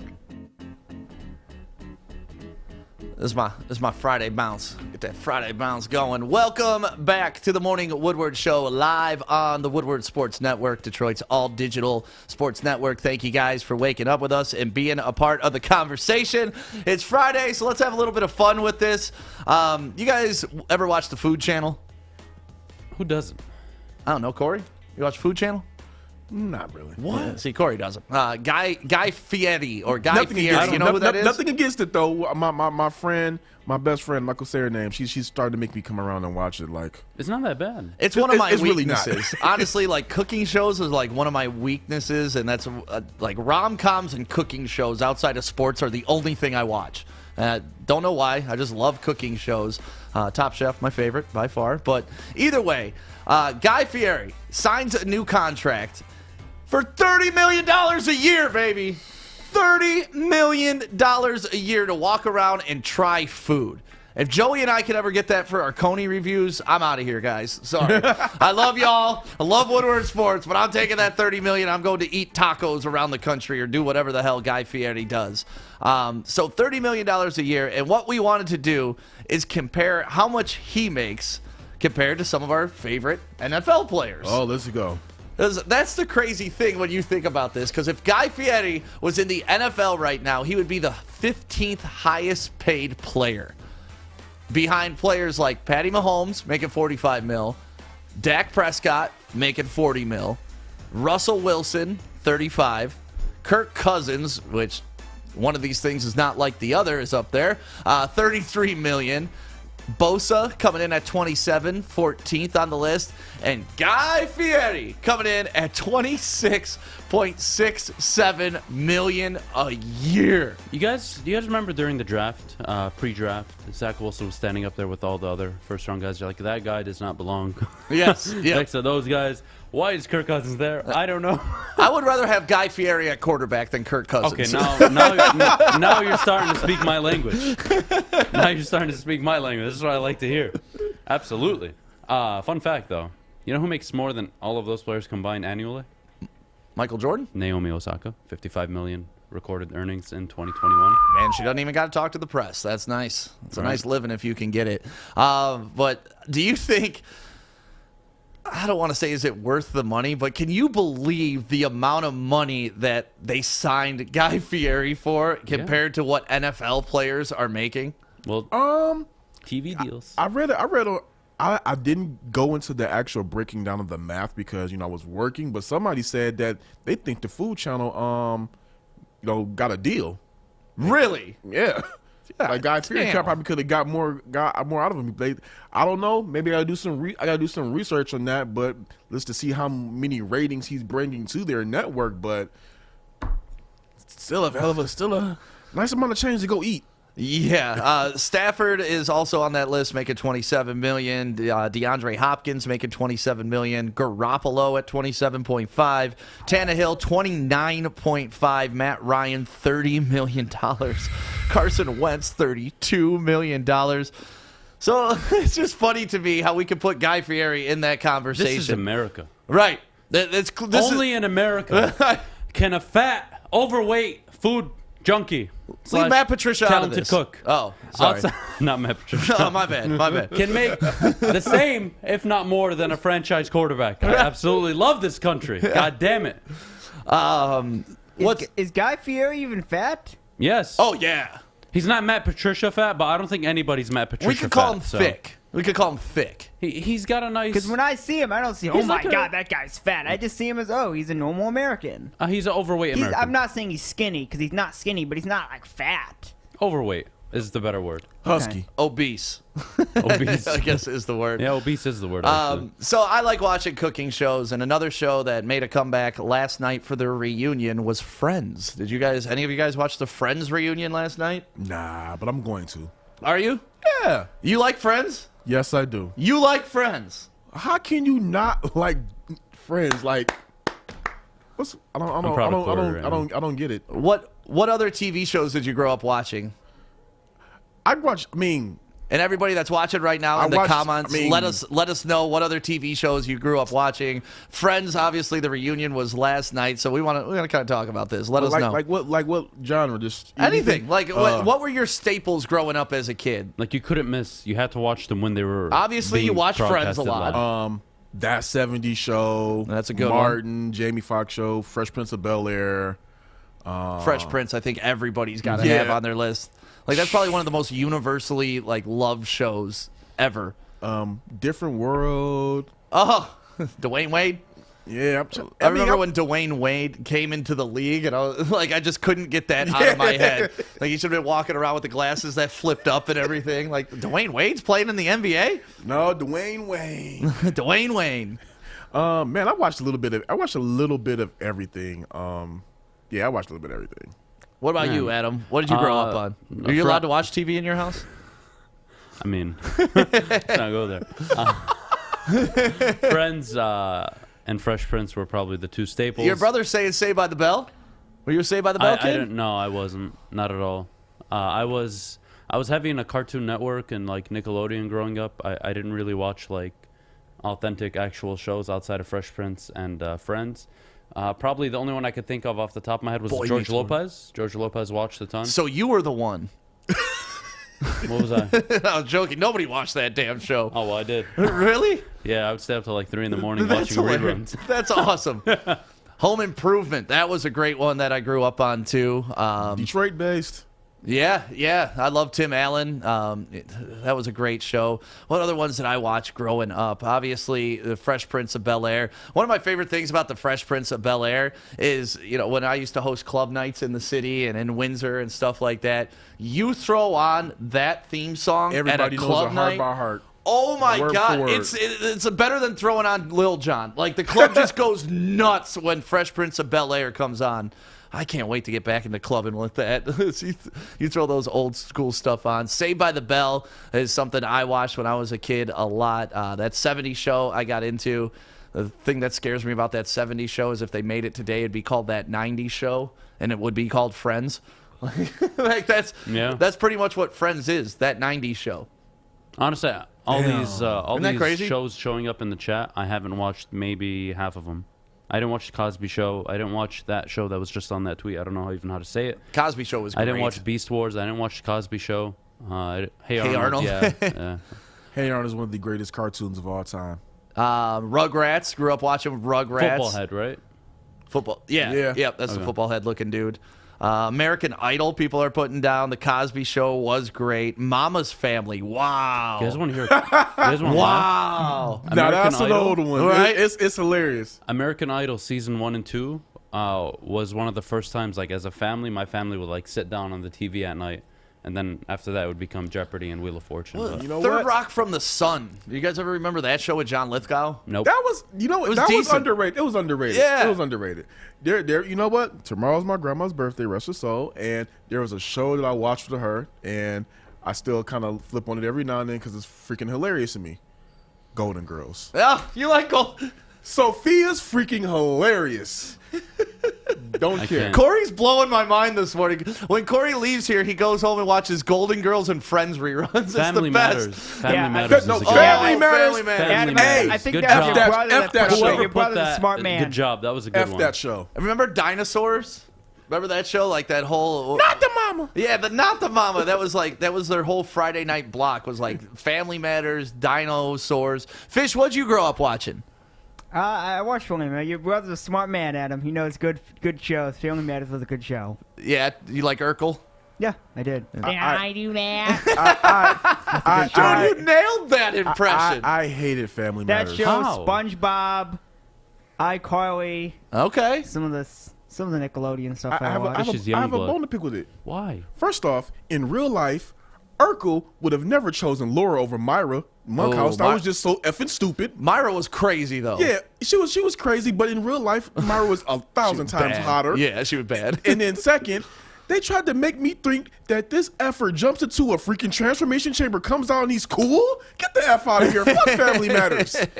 But I do want to try Urkel's Purple Urkel. Purple, oh yeah, Urkel's selling weed now. If y'all don't know, Boy Meets World. Boy Meets World. The That's Office. my favorite show. The Office is a one. Office, I didn't think grow we up. all had The Office. It was modern and Do early you enough. call Price is Right a show? You call it a game show, right? Yeah. I grew up on Price is Right. Maz is But Earl Have Sinclair. your pet spayed or neutered. But did that mean it's on that list then? Are we talking about shows or are we talking game shows? I'd put it on. They're just stuff you grew up with because, Okay. like I said, last night was the Friends reunion, so I just wanted to have a fun conversation. Cheers. Somebody put Cheers on here. Does anybody from the show Dinosaurs, do you guys remember Earl Sinclair?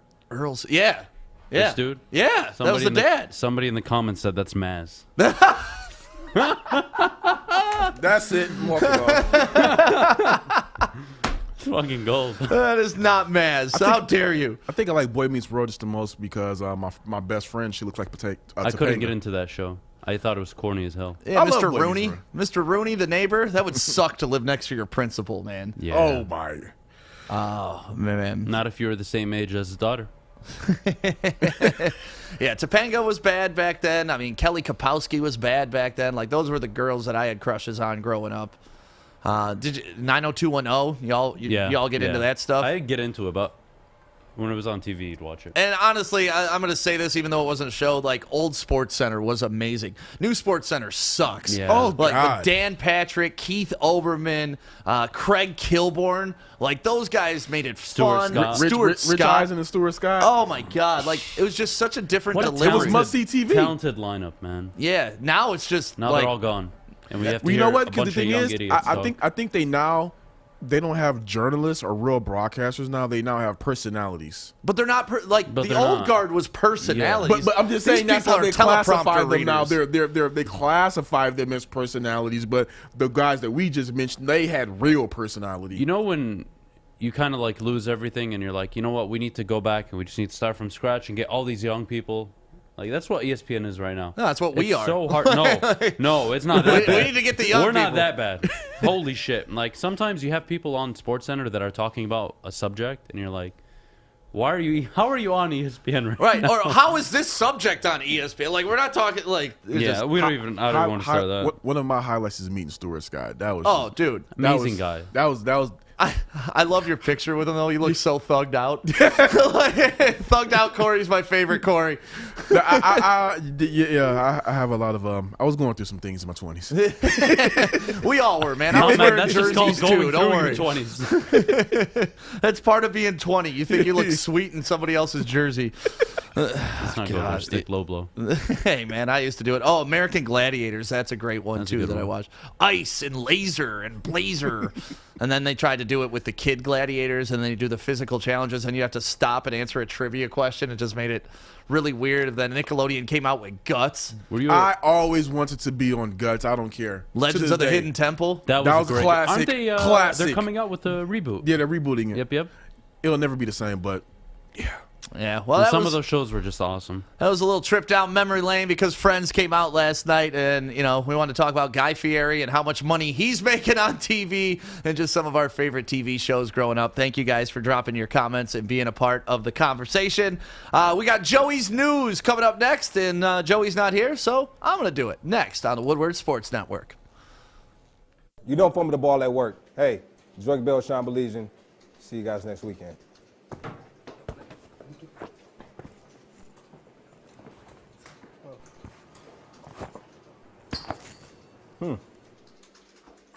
Thanks, Mike. Taco Bell soft. Wait till it comes to New Zealand. Pour that out. Good morning, everyone. Extra, extra, read all about it. Let's get into Joey's news. Let's go. It is now time for Joey's news. Joey is on vacation for the long weekend, so I get to handle Joey's news. You didn't do it right. This is Joey's news with. What'd you take so long for? Go ahead, Fish. Oh, I do it? Okay. Yeah. This is Joey's news with Stick. Yeah, thank you, everybody. Welcome. Should I do it in the shitty, like, a radio announcer voice? Welcome to the Morning Woodward Show. Got a lot of updates coming your way. This is Stick with the Woodward Sports Update. Tiger Woods has finally spoken to the media after his February 23rd car crash where he shattered multiple bones in his body. And you got to do it all in 1 minute.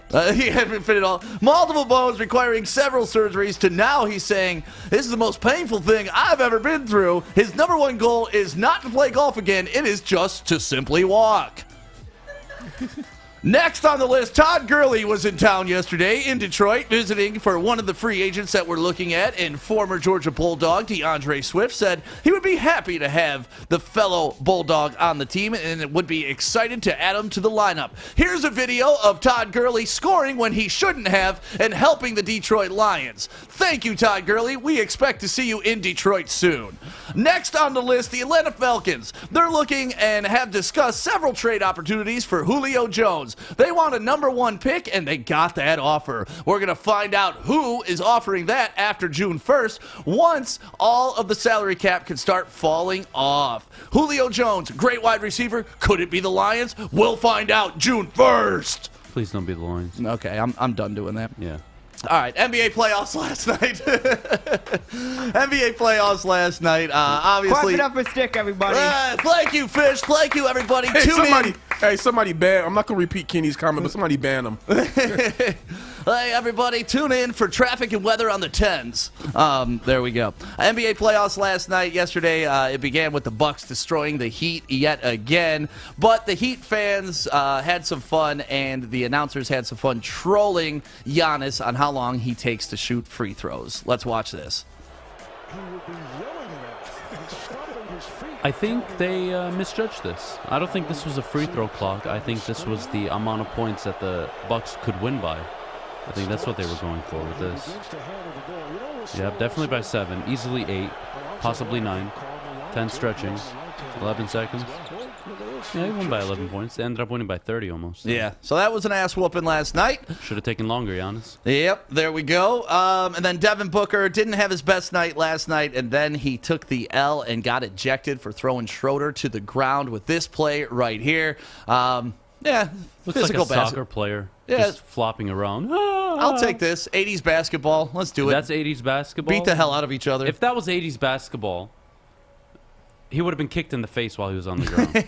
Bill Laimbeer comes out of nowhere Seriously. with the leg drop. And he deserved to get kicked in the face for falling on the floor like that. Hey, baby, you in Hollywood. Got to get that Oscar. What's up, Fishy? Is 11 seconds for a free throw even that long? Like, I feel like that's average. I don't know, man. I feel like they do take too long. They all have their routines they're going to do, but that didn't even seem that long. Like, they talk about putting a pitching clock in for the pitchers, so do it. I think a free throw clock would be fun. It would make free throws a lot more interesting. They have it in tennis. They started last year with tennis serve clocks because people were taking 7 years to serve the ball. They got 25 seconds now. Yeah, the way everybody operates nowadays and how fast our brains turn over things and our concentration, like that's the stuff that's going to kill sports, and that's why baseball they think is on the downslide just because of how methodical and how long the games are in between innings. Guys stepping out of the box every single time, adjusting his gloves 4 times, hitting his bat, making sure pine tar is good. Yeah, right. Slapping himself, giving himself a nice little slap on the ass before he gets in the booth. Yeah, there you go, Fish. Get it in there. It's Friday, buddy. Swing the bat, Fish. Dame had a great dunk last night, broke the internet again, but unfortunately the Trailblazers couldn't pull it off, losing to the Nuggets 120-115, and they're now down 2-1 in this series. But watch this give and go with Dame. What kind of defense is this? Oh, Portland should be winning this series, man. No, Dame has one of these every year. Like we said earlier, he has a moment. And that's all Dame provides in the playoffs. A moment. That's it. Who's more valuable to their team, Damian Lillard or Nikola Jokic? You were just saying Dame isn't a 1, and now you're saying the Blazers should be winning this, With and now you're team, asking me the question. McCollum, Yusuf Nurkic, are you serious? CJ McCollum and Dame Lillard backcourt should score a lot more points than what they scored last night. I mean, CJ McCollum is just... He has not shown up the past 2-3 years in the playoffs, and Dame is just not. Who's got the better team right now, Denver or Portland? Denver. I think so. With Jamal Murray, I would say yes. Denver has the better player, the better like dynamic player right now in Jokic. But Yeah. I think Portland has the better team. If you got Jamal Murray out there, then okay, you know what? Denver wins this series. Absolutely, it should be. They should have won the series in To me, 5. Portland's just a bunch of shooters. Like they don't. Outside of that, they don't play like defense. They don't play hardcore basketball. You know, like Neither do they need a Denver. big man. No, Denver plays physical. They have a big man. They plot it out. They'll get in the lane. To me, Austin Rivers put up 21 points yesterday. well, 4 of those 3-pointers came in like the last 3 minutes of the game. Jesus Christ. Yeah, he man. went nuts yesterday. McCollum 3 of 10, 8 of 20 from the field, only 22 points. Carmelo Anthony put in work. Enes Kanter, 1 rebound. We're talking about one of the best offensive rebounders in the game, and he only got 1 rebound. Like this team, I don't know. They're gonna have to go ahead and get rid of coach. It's time for Stotts to go. Fish still over there pumping himself up. Look, I think Portland peaked the way Houston peaked. They Yep. got their Hey, chance, Fish, they blew it, Fish, and move on. Slide that way so we can say hi to Alyssa. Yeah, move, Fish. No, the Fish, camera's what are you up. Just doing? move. There we go. Thank you. All right. Adam. So here's my question. Yeah. Off season, are you looking to move Dame? Or are you looking to move CJ? Because you got to break that backcourt up now. All right. Upcoming free agent class. You are going to move CJ. You're not going to move Dame. Dame's the way better player. He can be a 1, but he's proven he can't do it, even with a really good roster. Let's not forget this team, won almost 60 games a few years ago, pushed Game 7 into the conference finals, I believe, or the round before. It got to the conference finals, lost to Golden State 4-1. I mean, come on, Dame. He's a better player than that. He can be a 1, but he hasn't shown he's a 1. Giannis hasn't shown he's a 1, although we all know he can be a 1. That's just the truth. If you're a 1, you get shit done. AD's a 1. LeBron's a 1. Call it what it is. So I don't want to just stroke these guys because they're amazing players. Russ isn't a 1. James Harden hasn't proven he's a 1. Let's get this make it very clear right now. There are only a few 1s in the game. KD's a 1, Steph's a 1, LeBron's a 1, AD's a 1. Anybody else I'm missing, I don't give a shit. So why are you holding that against them? So that means there's 28 other teams that don't have a 1. No, there's 28. No, man, that's the point. That's the point. These guys are so elite. Dame gets put in the class of being a 1, but he's not a 1. Thank you. That's all I'm saying. I'm not saying he's not a great player. He is, and he can can be a 1. Maybe with the right tools. But he's had CJ McCollum in his prime, Nurkic, Enes Kanter, and now Carmelo coming off the bench putting up 20. Oh God, come on! He's had the tools. It goes to this Isaiah again. I'm not saying Carmelo's. It goes back to the Isaiah Thomas argument. It goes back to the Isaiah Thomas argument. Champions, the level of superstar was held for the champions. Thank you. And he said that now the bar for a superstar is being lowered so everybody can fit in. Can I ask you both a question to go off of Kory's point? Is Russell Westbrook a superstar? We'll start with him, but there's a lot of people like him. Superstar, no. All-star, yes. Thank you. Okay, so Damian Lillard is not a superstar. He's an all-star. He's fringe. I think he's fringe. He's way closer than Westbrook is, but still he's not. And we need to reserve that status. LeBron, superstar. AD, absolutely a superstar. And he's shown it the last 2 years. You give him a nice 1 or a 1B, 1A, whatever you want to call LeBron right now, AD's going out there and carrying the damn team. He carried them in the bubble last year too. Yeah. So let's call it what it is. Giannis, granted, I think that's a mistake that they even signed Middleton. I think you get him a Bradley Beal, they're probably a way better team, but he still has to prove it. And I think maybe this is the year he can do it. Well, more NBA news. The NBA has kicked out like 5 people forever from stadiums. Forever, ever. You're not coming back. Thanks for playing. Season tickets revoked. You're not even allowed to see Phil Collins play here when he comes. Would you let Nate Robinson go in the stands and fight people? No, he get his ass knocked out. You see, he's getting knocked out by YouTube stars. I know, that was the first, we witnessed a 76ers fan throw popcorn on Russell Westbrook. Then we learned Knicks fans were spitting on Trae Young. To me, that's trashy. Dude, I don't know how Trae Young didn't move. I like heckling. I don't mind heckling. I love mind heckling. Gamesmanship and calling people out and all that. But when it becomes personal and it becomes even worse than personal, you're spitting on people. Well, the third incident that is completely unacceptable, that happened with Ja Morant during the best performance of his career. The dude's putting up 47 points, and it comes out yesterday that a fan told him, "I'd put a nickel in your back and watch you dance, boy." Sounds like people from Utah. That sounds like somebody from the fucking 40s. It's fucked up, man. Where are they at right now? Where are they playing? They're going back to Memphis. But where were they at? Utah. Yeah, that's what I said. Pasty Utah. I mean, you know what? In Russell, I don't care. Listen, hold on. I don't mean to interrupt you. I'm sorry about this. I don't give a shit where you are geographically. Yeah. I don't care. Where were they at? Utah? Oh, okay. Well, then I understand. Who cares if they're in Utah? Where I was going with it was that Westbrook had the same damn thing said about him when he was in Utah. It shouldn't be said anywhere, but it is a common theme coming from Philly and Utah with these incidents happening. Idiots. Sounds like shitty people. It's always Utah, Philly, and Boston. Three main culprits where this continuously happens. It shouldn't happen anywhere, but I just wanted to point out, always it's the main culprits. Yeah, Philly is definitely on that list. Like, Philly's known for being idiots. Yeah, that's not happening in Detroit. And if it is, it's going to be regulated by people in the stands. Yeah, that's the thing. Like, first off, Detroit is one of the blackest cities in the country. You're not saying 80%. that loud enough for anybody near you to hear, because you're gonna get your ass before the player get up there. Right, the guy behind you is going to punch you in the back of the head for saying that. And that's what I love. Honestly, that's what I really love about Detroit. Like, we self-check each other, and whenever I've left this city, and I always get in fights in other cities because the standards are just different. Like, people run their mouths without consequences. Here, you get your stuff pushed back. You get like. If only we have those same standards when we talk about the Lions. No, but honestly, man, around the United States, I'd be in a million. Like, Chicago's the softest city I've ever lived in my life. People think that they could just run their mouth all day long and they're not going to get punched in it. It's like, no, man, Detroit's different. We're going to hit you in the mouth. Should have addressed that with Matt Patricia. Right. No, I'd love to punch him in the mouth. Probably hit like a bunch of food remnants that's still caught in his if you beard. really want to hurt him, you give him that gut punch, and the shockwaves probably make him collapse. Right. Michigan's Hunter Dickinson is declaring for the NBA draft, but is signing with an NCAA certified agent, so he will maintain his eligibility. I believe he should stay in college at least for another year. But you know what? If you can get that bag, I guess go get that bag.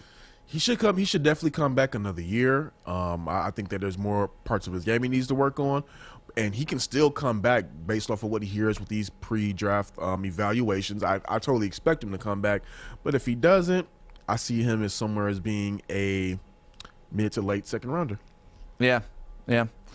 And let's see. A 1979 O-Pee-Chee Wayne Gretzky rookie sold for $3.75 million. So if you got one of these lying around your house, that is a lotto ticket. Yep. Go cash it. Because right now, similar to the housing market, this is about the highest sports cards have ever been or may ever be. So if you can cash in, now is the time, folks. God, can you imagine? You imagine being that big of a hockey fan to where you're like, I got $3.7 million for a small piece of cardboard with a picture on it? Is there a luxury tax on selling cards in general at that price? Because I know when you sell a stock, for example, and you haven't held it enough, it could be up to anywhere 30-40% of a tax fee on it. I wonder what the taxes are on selling a memorabilia card, if there's already a tax bracket for that. I don't know, honestly. I mean, I'm sure it's just like any other auction. You pay the auction house a percentage, and then you got to pay some sort of income tax once you get it. Or you just, sell it through Switzerland and, hide that money. Go to the Cayman Islands. My transaction took place in the Cayman Islands. Wow. What? Is it a luxury tax? There's a lot. 30%? Maximum 28%. Okay. Starts at 15. Yeah, luxury taxes are no joke, man. I had a mattress endorsement one time, and I was like, oh, okay. They're like, you can go pick out whatever mattress you want. You just have to pay the taxes on it. And I was like, oh, 6%? Cool, I'm balling out. And I told my wife, go get whatever mattress you want. She picked out a $10,000 mattress. Yep. Like, vibrates. It's got the adjustment on it. It's super comfortable. It's a great bed. One of my favorite beds I've ever slept in my life, and it better be for $10,000. But I was thinking $600? No problem. Bill comes, $3,000 in taxes for that bed. But you got a $10,000 mattress for $3,000. So I still had to pay $3,000 out of my pocket. I mean, had I known it, I would have been like, nowadays start your at, limit like, is $1,000. Get it, because I'm only paying $300 of that. But scale of 1 to 10, how did it sleep? Oh, it sleeps good. It's up at the cabin. That's right. It's up at the cabin. And I'm going there this weekend, and I sleep so good on that bitch. It really is like a $10,000 mattress. I feel like I'm royalty, but it was by mistake. Like I did not intend to spend that. One of the greatest mistakes ever. Yeah, well, the accounting person that worked at the station I was working at, she's like, you're not going to get a paycheck this week.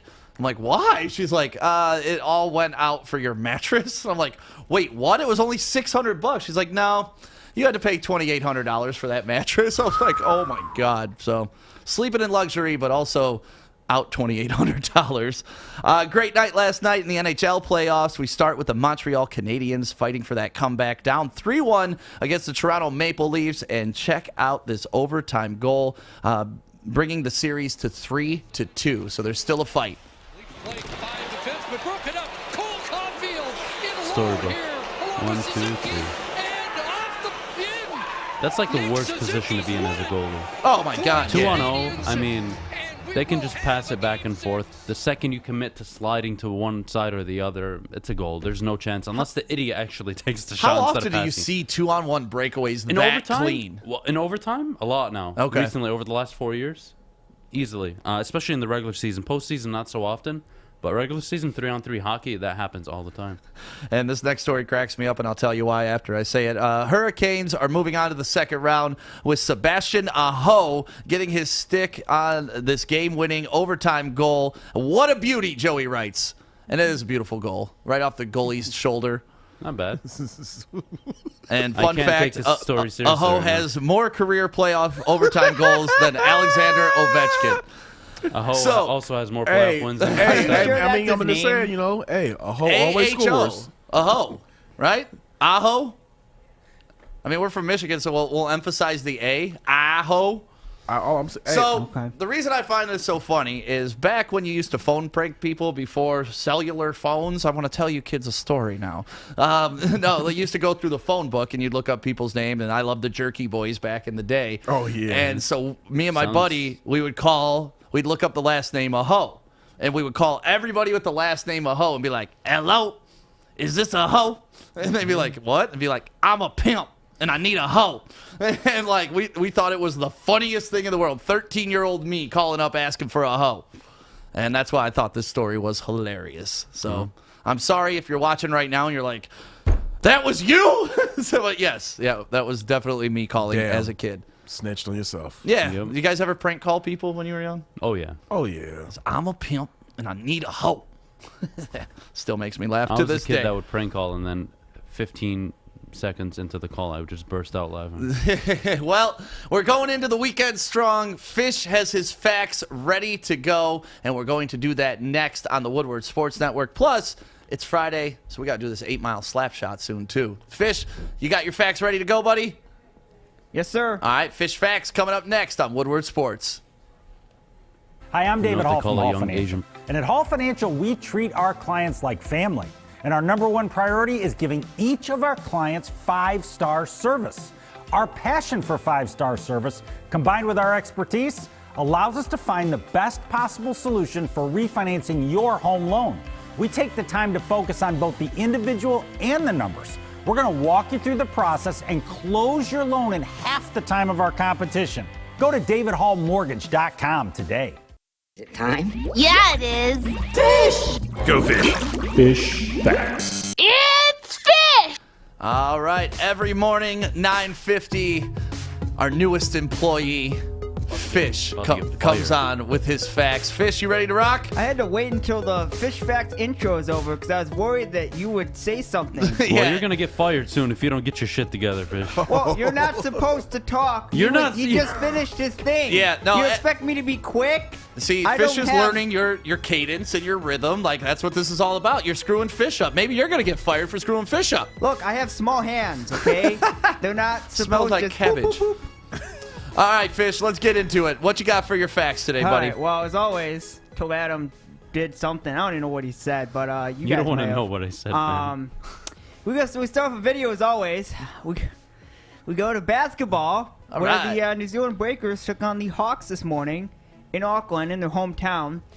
This is their third game back after 430 days or whatever. Nice dunk. That was a nice Isn't dunk. that where the Mulla Ball played? So, he did. He played in the Australian Basketball League. He played for the Hawks, actually. Yeah, that's what I'm saying. And then he quit in February of 2020, and it was terrible because he just decided to leave with like 5 games left. Yeah. He basically just said, fucking him out. Selfish Americans. So, I didn't like that. Yeah. We start with the facts, and we go to Tyler Hero, who you guys were talking about. In the bubble last year in Orlando, he got 16 points per game, 3 assists, 45 shooting, 37 from free. That was last year. This playoffs, well, there's no bubble, well, they're in actual arenas. Well, as you can see, he's not doing so well. He got 7 points per game, 1 assist per game, 28 from shooting, and 33.3 from 3. So he's not looking so good. Right. Well, that's what happens when you switch lanes, buddy. Hey, you either die a hero or live long enough to see yourself become the villain. And it applies to him for real. All he needed was his one shining moment, and he's set with host for life. So he's doing all right. So Tyler Hero is not the hero, but you know who is the hero? Fish! The 20... Oh. Wow. That was I don't call myself a anticlimactic. hero. You guys could. I don't associate myself a hero, but I associate a hero with the 2018 draft class. DeAndre Ayton, 22 points per game, 13 rebounds per game. This is in this playoff, by the way. Luka Doncic, 35 points per game, 9 rebounds per game, and 9 assists per game. Trae Young, 35 points per game, and 9 assists per game. So that is the 2018 draft class. They are looking very strong. Yeah, dominating, yeah. Playoffs. We go to baseball, second favorite sport. Yep. Chris Bassett did something very impressive. He got his first career shutout yesterday. The A's first 9th inning shutout since Mike Fiers' no hitter Fears. in May 7th, 2019. Yeah, it's crazy to me that these 9-inning games are just going to go obsolete. Like, you're only going to have pitchers pitching 6 to 7 innings now, so going a complete game is an accomplishment now. And the fact I put at the bottom is very sad. Oakland's only team, which they're probably they might move as well. Well, the accomplishment part of it outside of the complete game is that it was a shutout. Yeah, no, I get that, but Back in that's the day, really you the would just only throw a time you're going to complete keep these guys in is if there's a shutout on the line or a no-hitter on the line. Other Pitchers than back that, in the day, 2-3 runs allowed, no problem, go 9. no, Nolan Ryan pitched like 20 innings in one game. I seen it. Oakland had 3 teams like 4 years ago, and they all just crumbled down. Yeah. They had the Warriors, they moved to San Francisco. They had the Raiders, they moved to Vegas, and now the A's are going to move. It's all about that money, Fish. Yeah, but what did Oakland do to deserve this? What if it happened to Detroit? What if I'd be irate if we ever lose a team, and that's why I get so mad when people are like, "Oh, the Lions suck," and it's like, dude, shut up. We have a football team. Like, I guess you can Shut associate up. it. I guess you can associate it with the Pistons. They That's were the worst football in team. Auburn Hills, and they moved to Detroit. So what if they moved from Detroit to maybe somewhere far away, like Kalamazoo or Grand Rapids or Traverse City, where it's not as easy to get to? I would hate it. I would hate it, man. I'm selfish with my teams. I love that we're one of the only major cities with 4 major sports teams, and on top of that, we're the only major city where all the venues are in walking distance of each other. So we're spoiled here, and sometimes we don't even realize it because we just grew up with it. I mean, we're spoiled on one front, and we're super not spoiled on the other front. We go to today, which is May 29. No, it's May 28. Yep. Yeah, you were on New Zealand time there, weren't you? I was. Oh. Lost my mind. It's Friday. We had a good day. Yeah. It's Friday. We go to 1742, where the first swimming pool opens, indoor swimming pool, opens in London. Huh. All right. So the first ever indoor swimming pool was back in 1742. That's a fun fact. So you can thank 1742 for the first Olympic swimming pool, or first swimming pool. And you can thank 1738 for Fetty Wap. Let's go to 1946. the first night game at Yankee Stadium. So, was Maz at that game? I don't know. We'll ask him on the hook if he was at that game. Maz will tell you what was on the outfield wall at that game. The Yankees lost the game. Senators won it 2-1. So we'll see if he was at that game. We go to 1968, where the American League split into 2 divisions. Nice. Now it's in, what, 4, I think it is? 3, I believe. Is it 3? Yep. Okay. We have a birthday. He, 1938, he is the face of the NBA. Oh, Kory's giving me thumbs up. Love it. He's the face of the NBA. Jerry West. Hey, the logo. And then we have another birthday, by the way, 1967, Glenn Rice. Oh, That's yeah, another Glenn Rice out of Michigan. Shout out to Sarah Palin. But Wait, what? Adam. You want to know about this story? Yeah, what? No, wait, what? Sarah Palin and Glenn Rice? Yeah. Glenn Rice was smashing Sarah Palin? You haven't heard of that story? No. Yes. Do tell. Wait. Sarah Palin or like the porn star version of Right. it? No, Sarah, it's a Sarah- story out Remember there that porn that Glenn came Rice, out, Nailing Palin? Yeah, it's a story out there that Glenn Rice nailed Sarah Palin. Wow, good for him. Happy Adam, birthday. You're on the desk. Normally it's Joey. I was looking for divorces, didn't find any. So we have weddings today. Actually, we have 3 weddings because you got married on Wednesday. Congratulations. Yep. But we have celebrity NBA weddings. We start with Kareem Abdul-Jabbar, who married a school teacher, and Jerry West married a cheerleader. There you go. 1971 was Jabbar, and 1978 was West. Nice. Okay. So they married school teacher and a cheerleader. All right. I Well, like thank it. you, Fish. Jerry West was 40 when he got married. Jabbar was 24.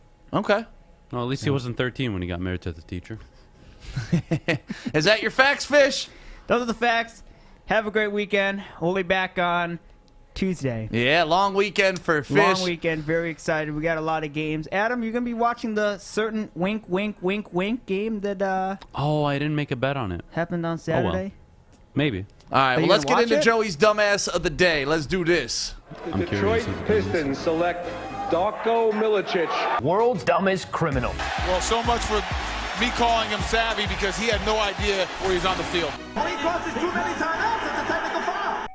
Dumbass!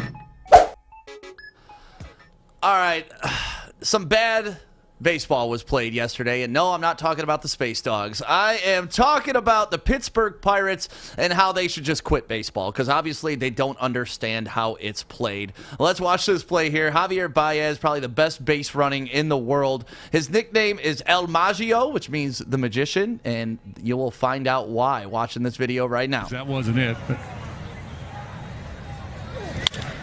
2 outs, by the way. hits it on the ground to third. Gonzalez. This is so good.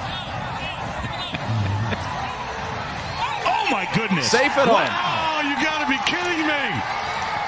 You've got to be kidding me!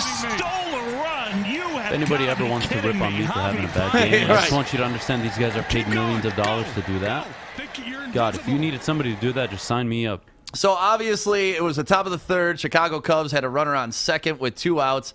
The play ended up being the difference in a 5-3 win, the Cubs over the Pirates. But if we go back and watch that video, all the first baseman had to do was turn around and touch first. That's it. Even after the guy scored, that run would not have counted had they just turned around and touched first. So this is like the most basic baseball play ever. Just turn around, touch first, inning over, they don't score. But they do this dumb shit, and instead of, like, look at, Baez even calls him safe, then runs to first, and even if they make this force out, the run still doesn't count.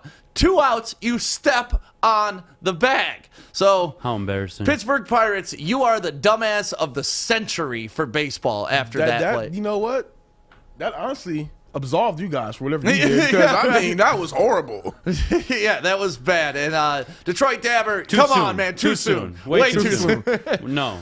You guys have a great Memorial weekend. Thank you so much for being a part of the morning show this morning. Baligian and Bell is up next. It's going to be an exciting Friday here at the Woodward Sports Network. And we will see you again with our live show on Tuesday. Enjoy Best Of on Monday. Art, you're in the booth. You got anything to say, or are you just, hanging out with Fish? I was just telling him how great he is. Oh, okay. That's it. That's all. Well, time to mute the mics better. Perfect way to end the show. Don't talk during the show when you're not supposed to, Adam. We will end the show with that. Tell 'em, Fish. Have a great long weekend, Detroit.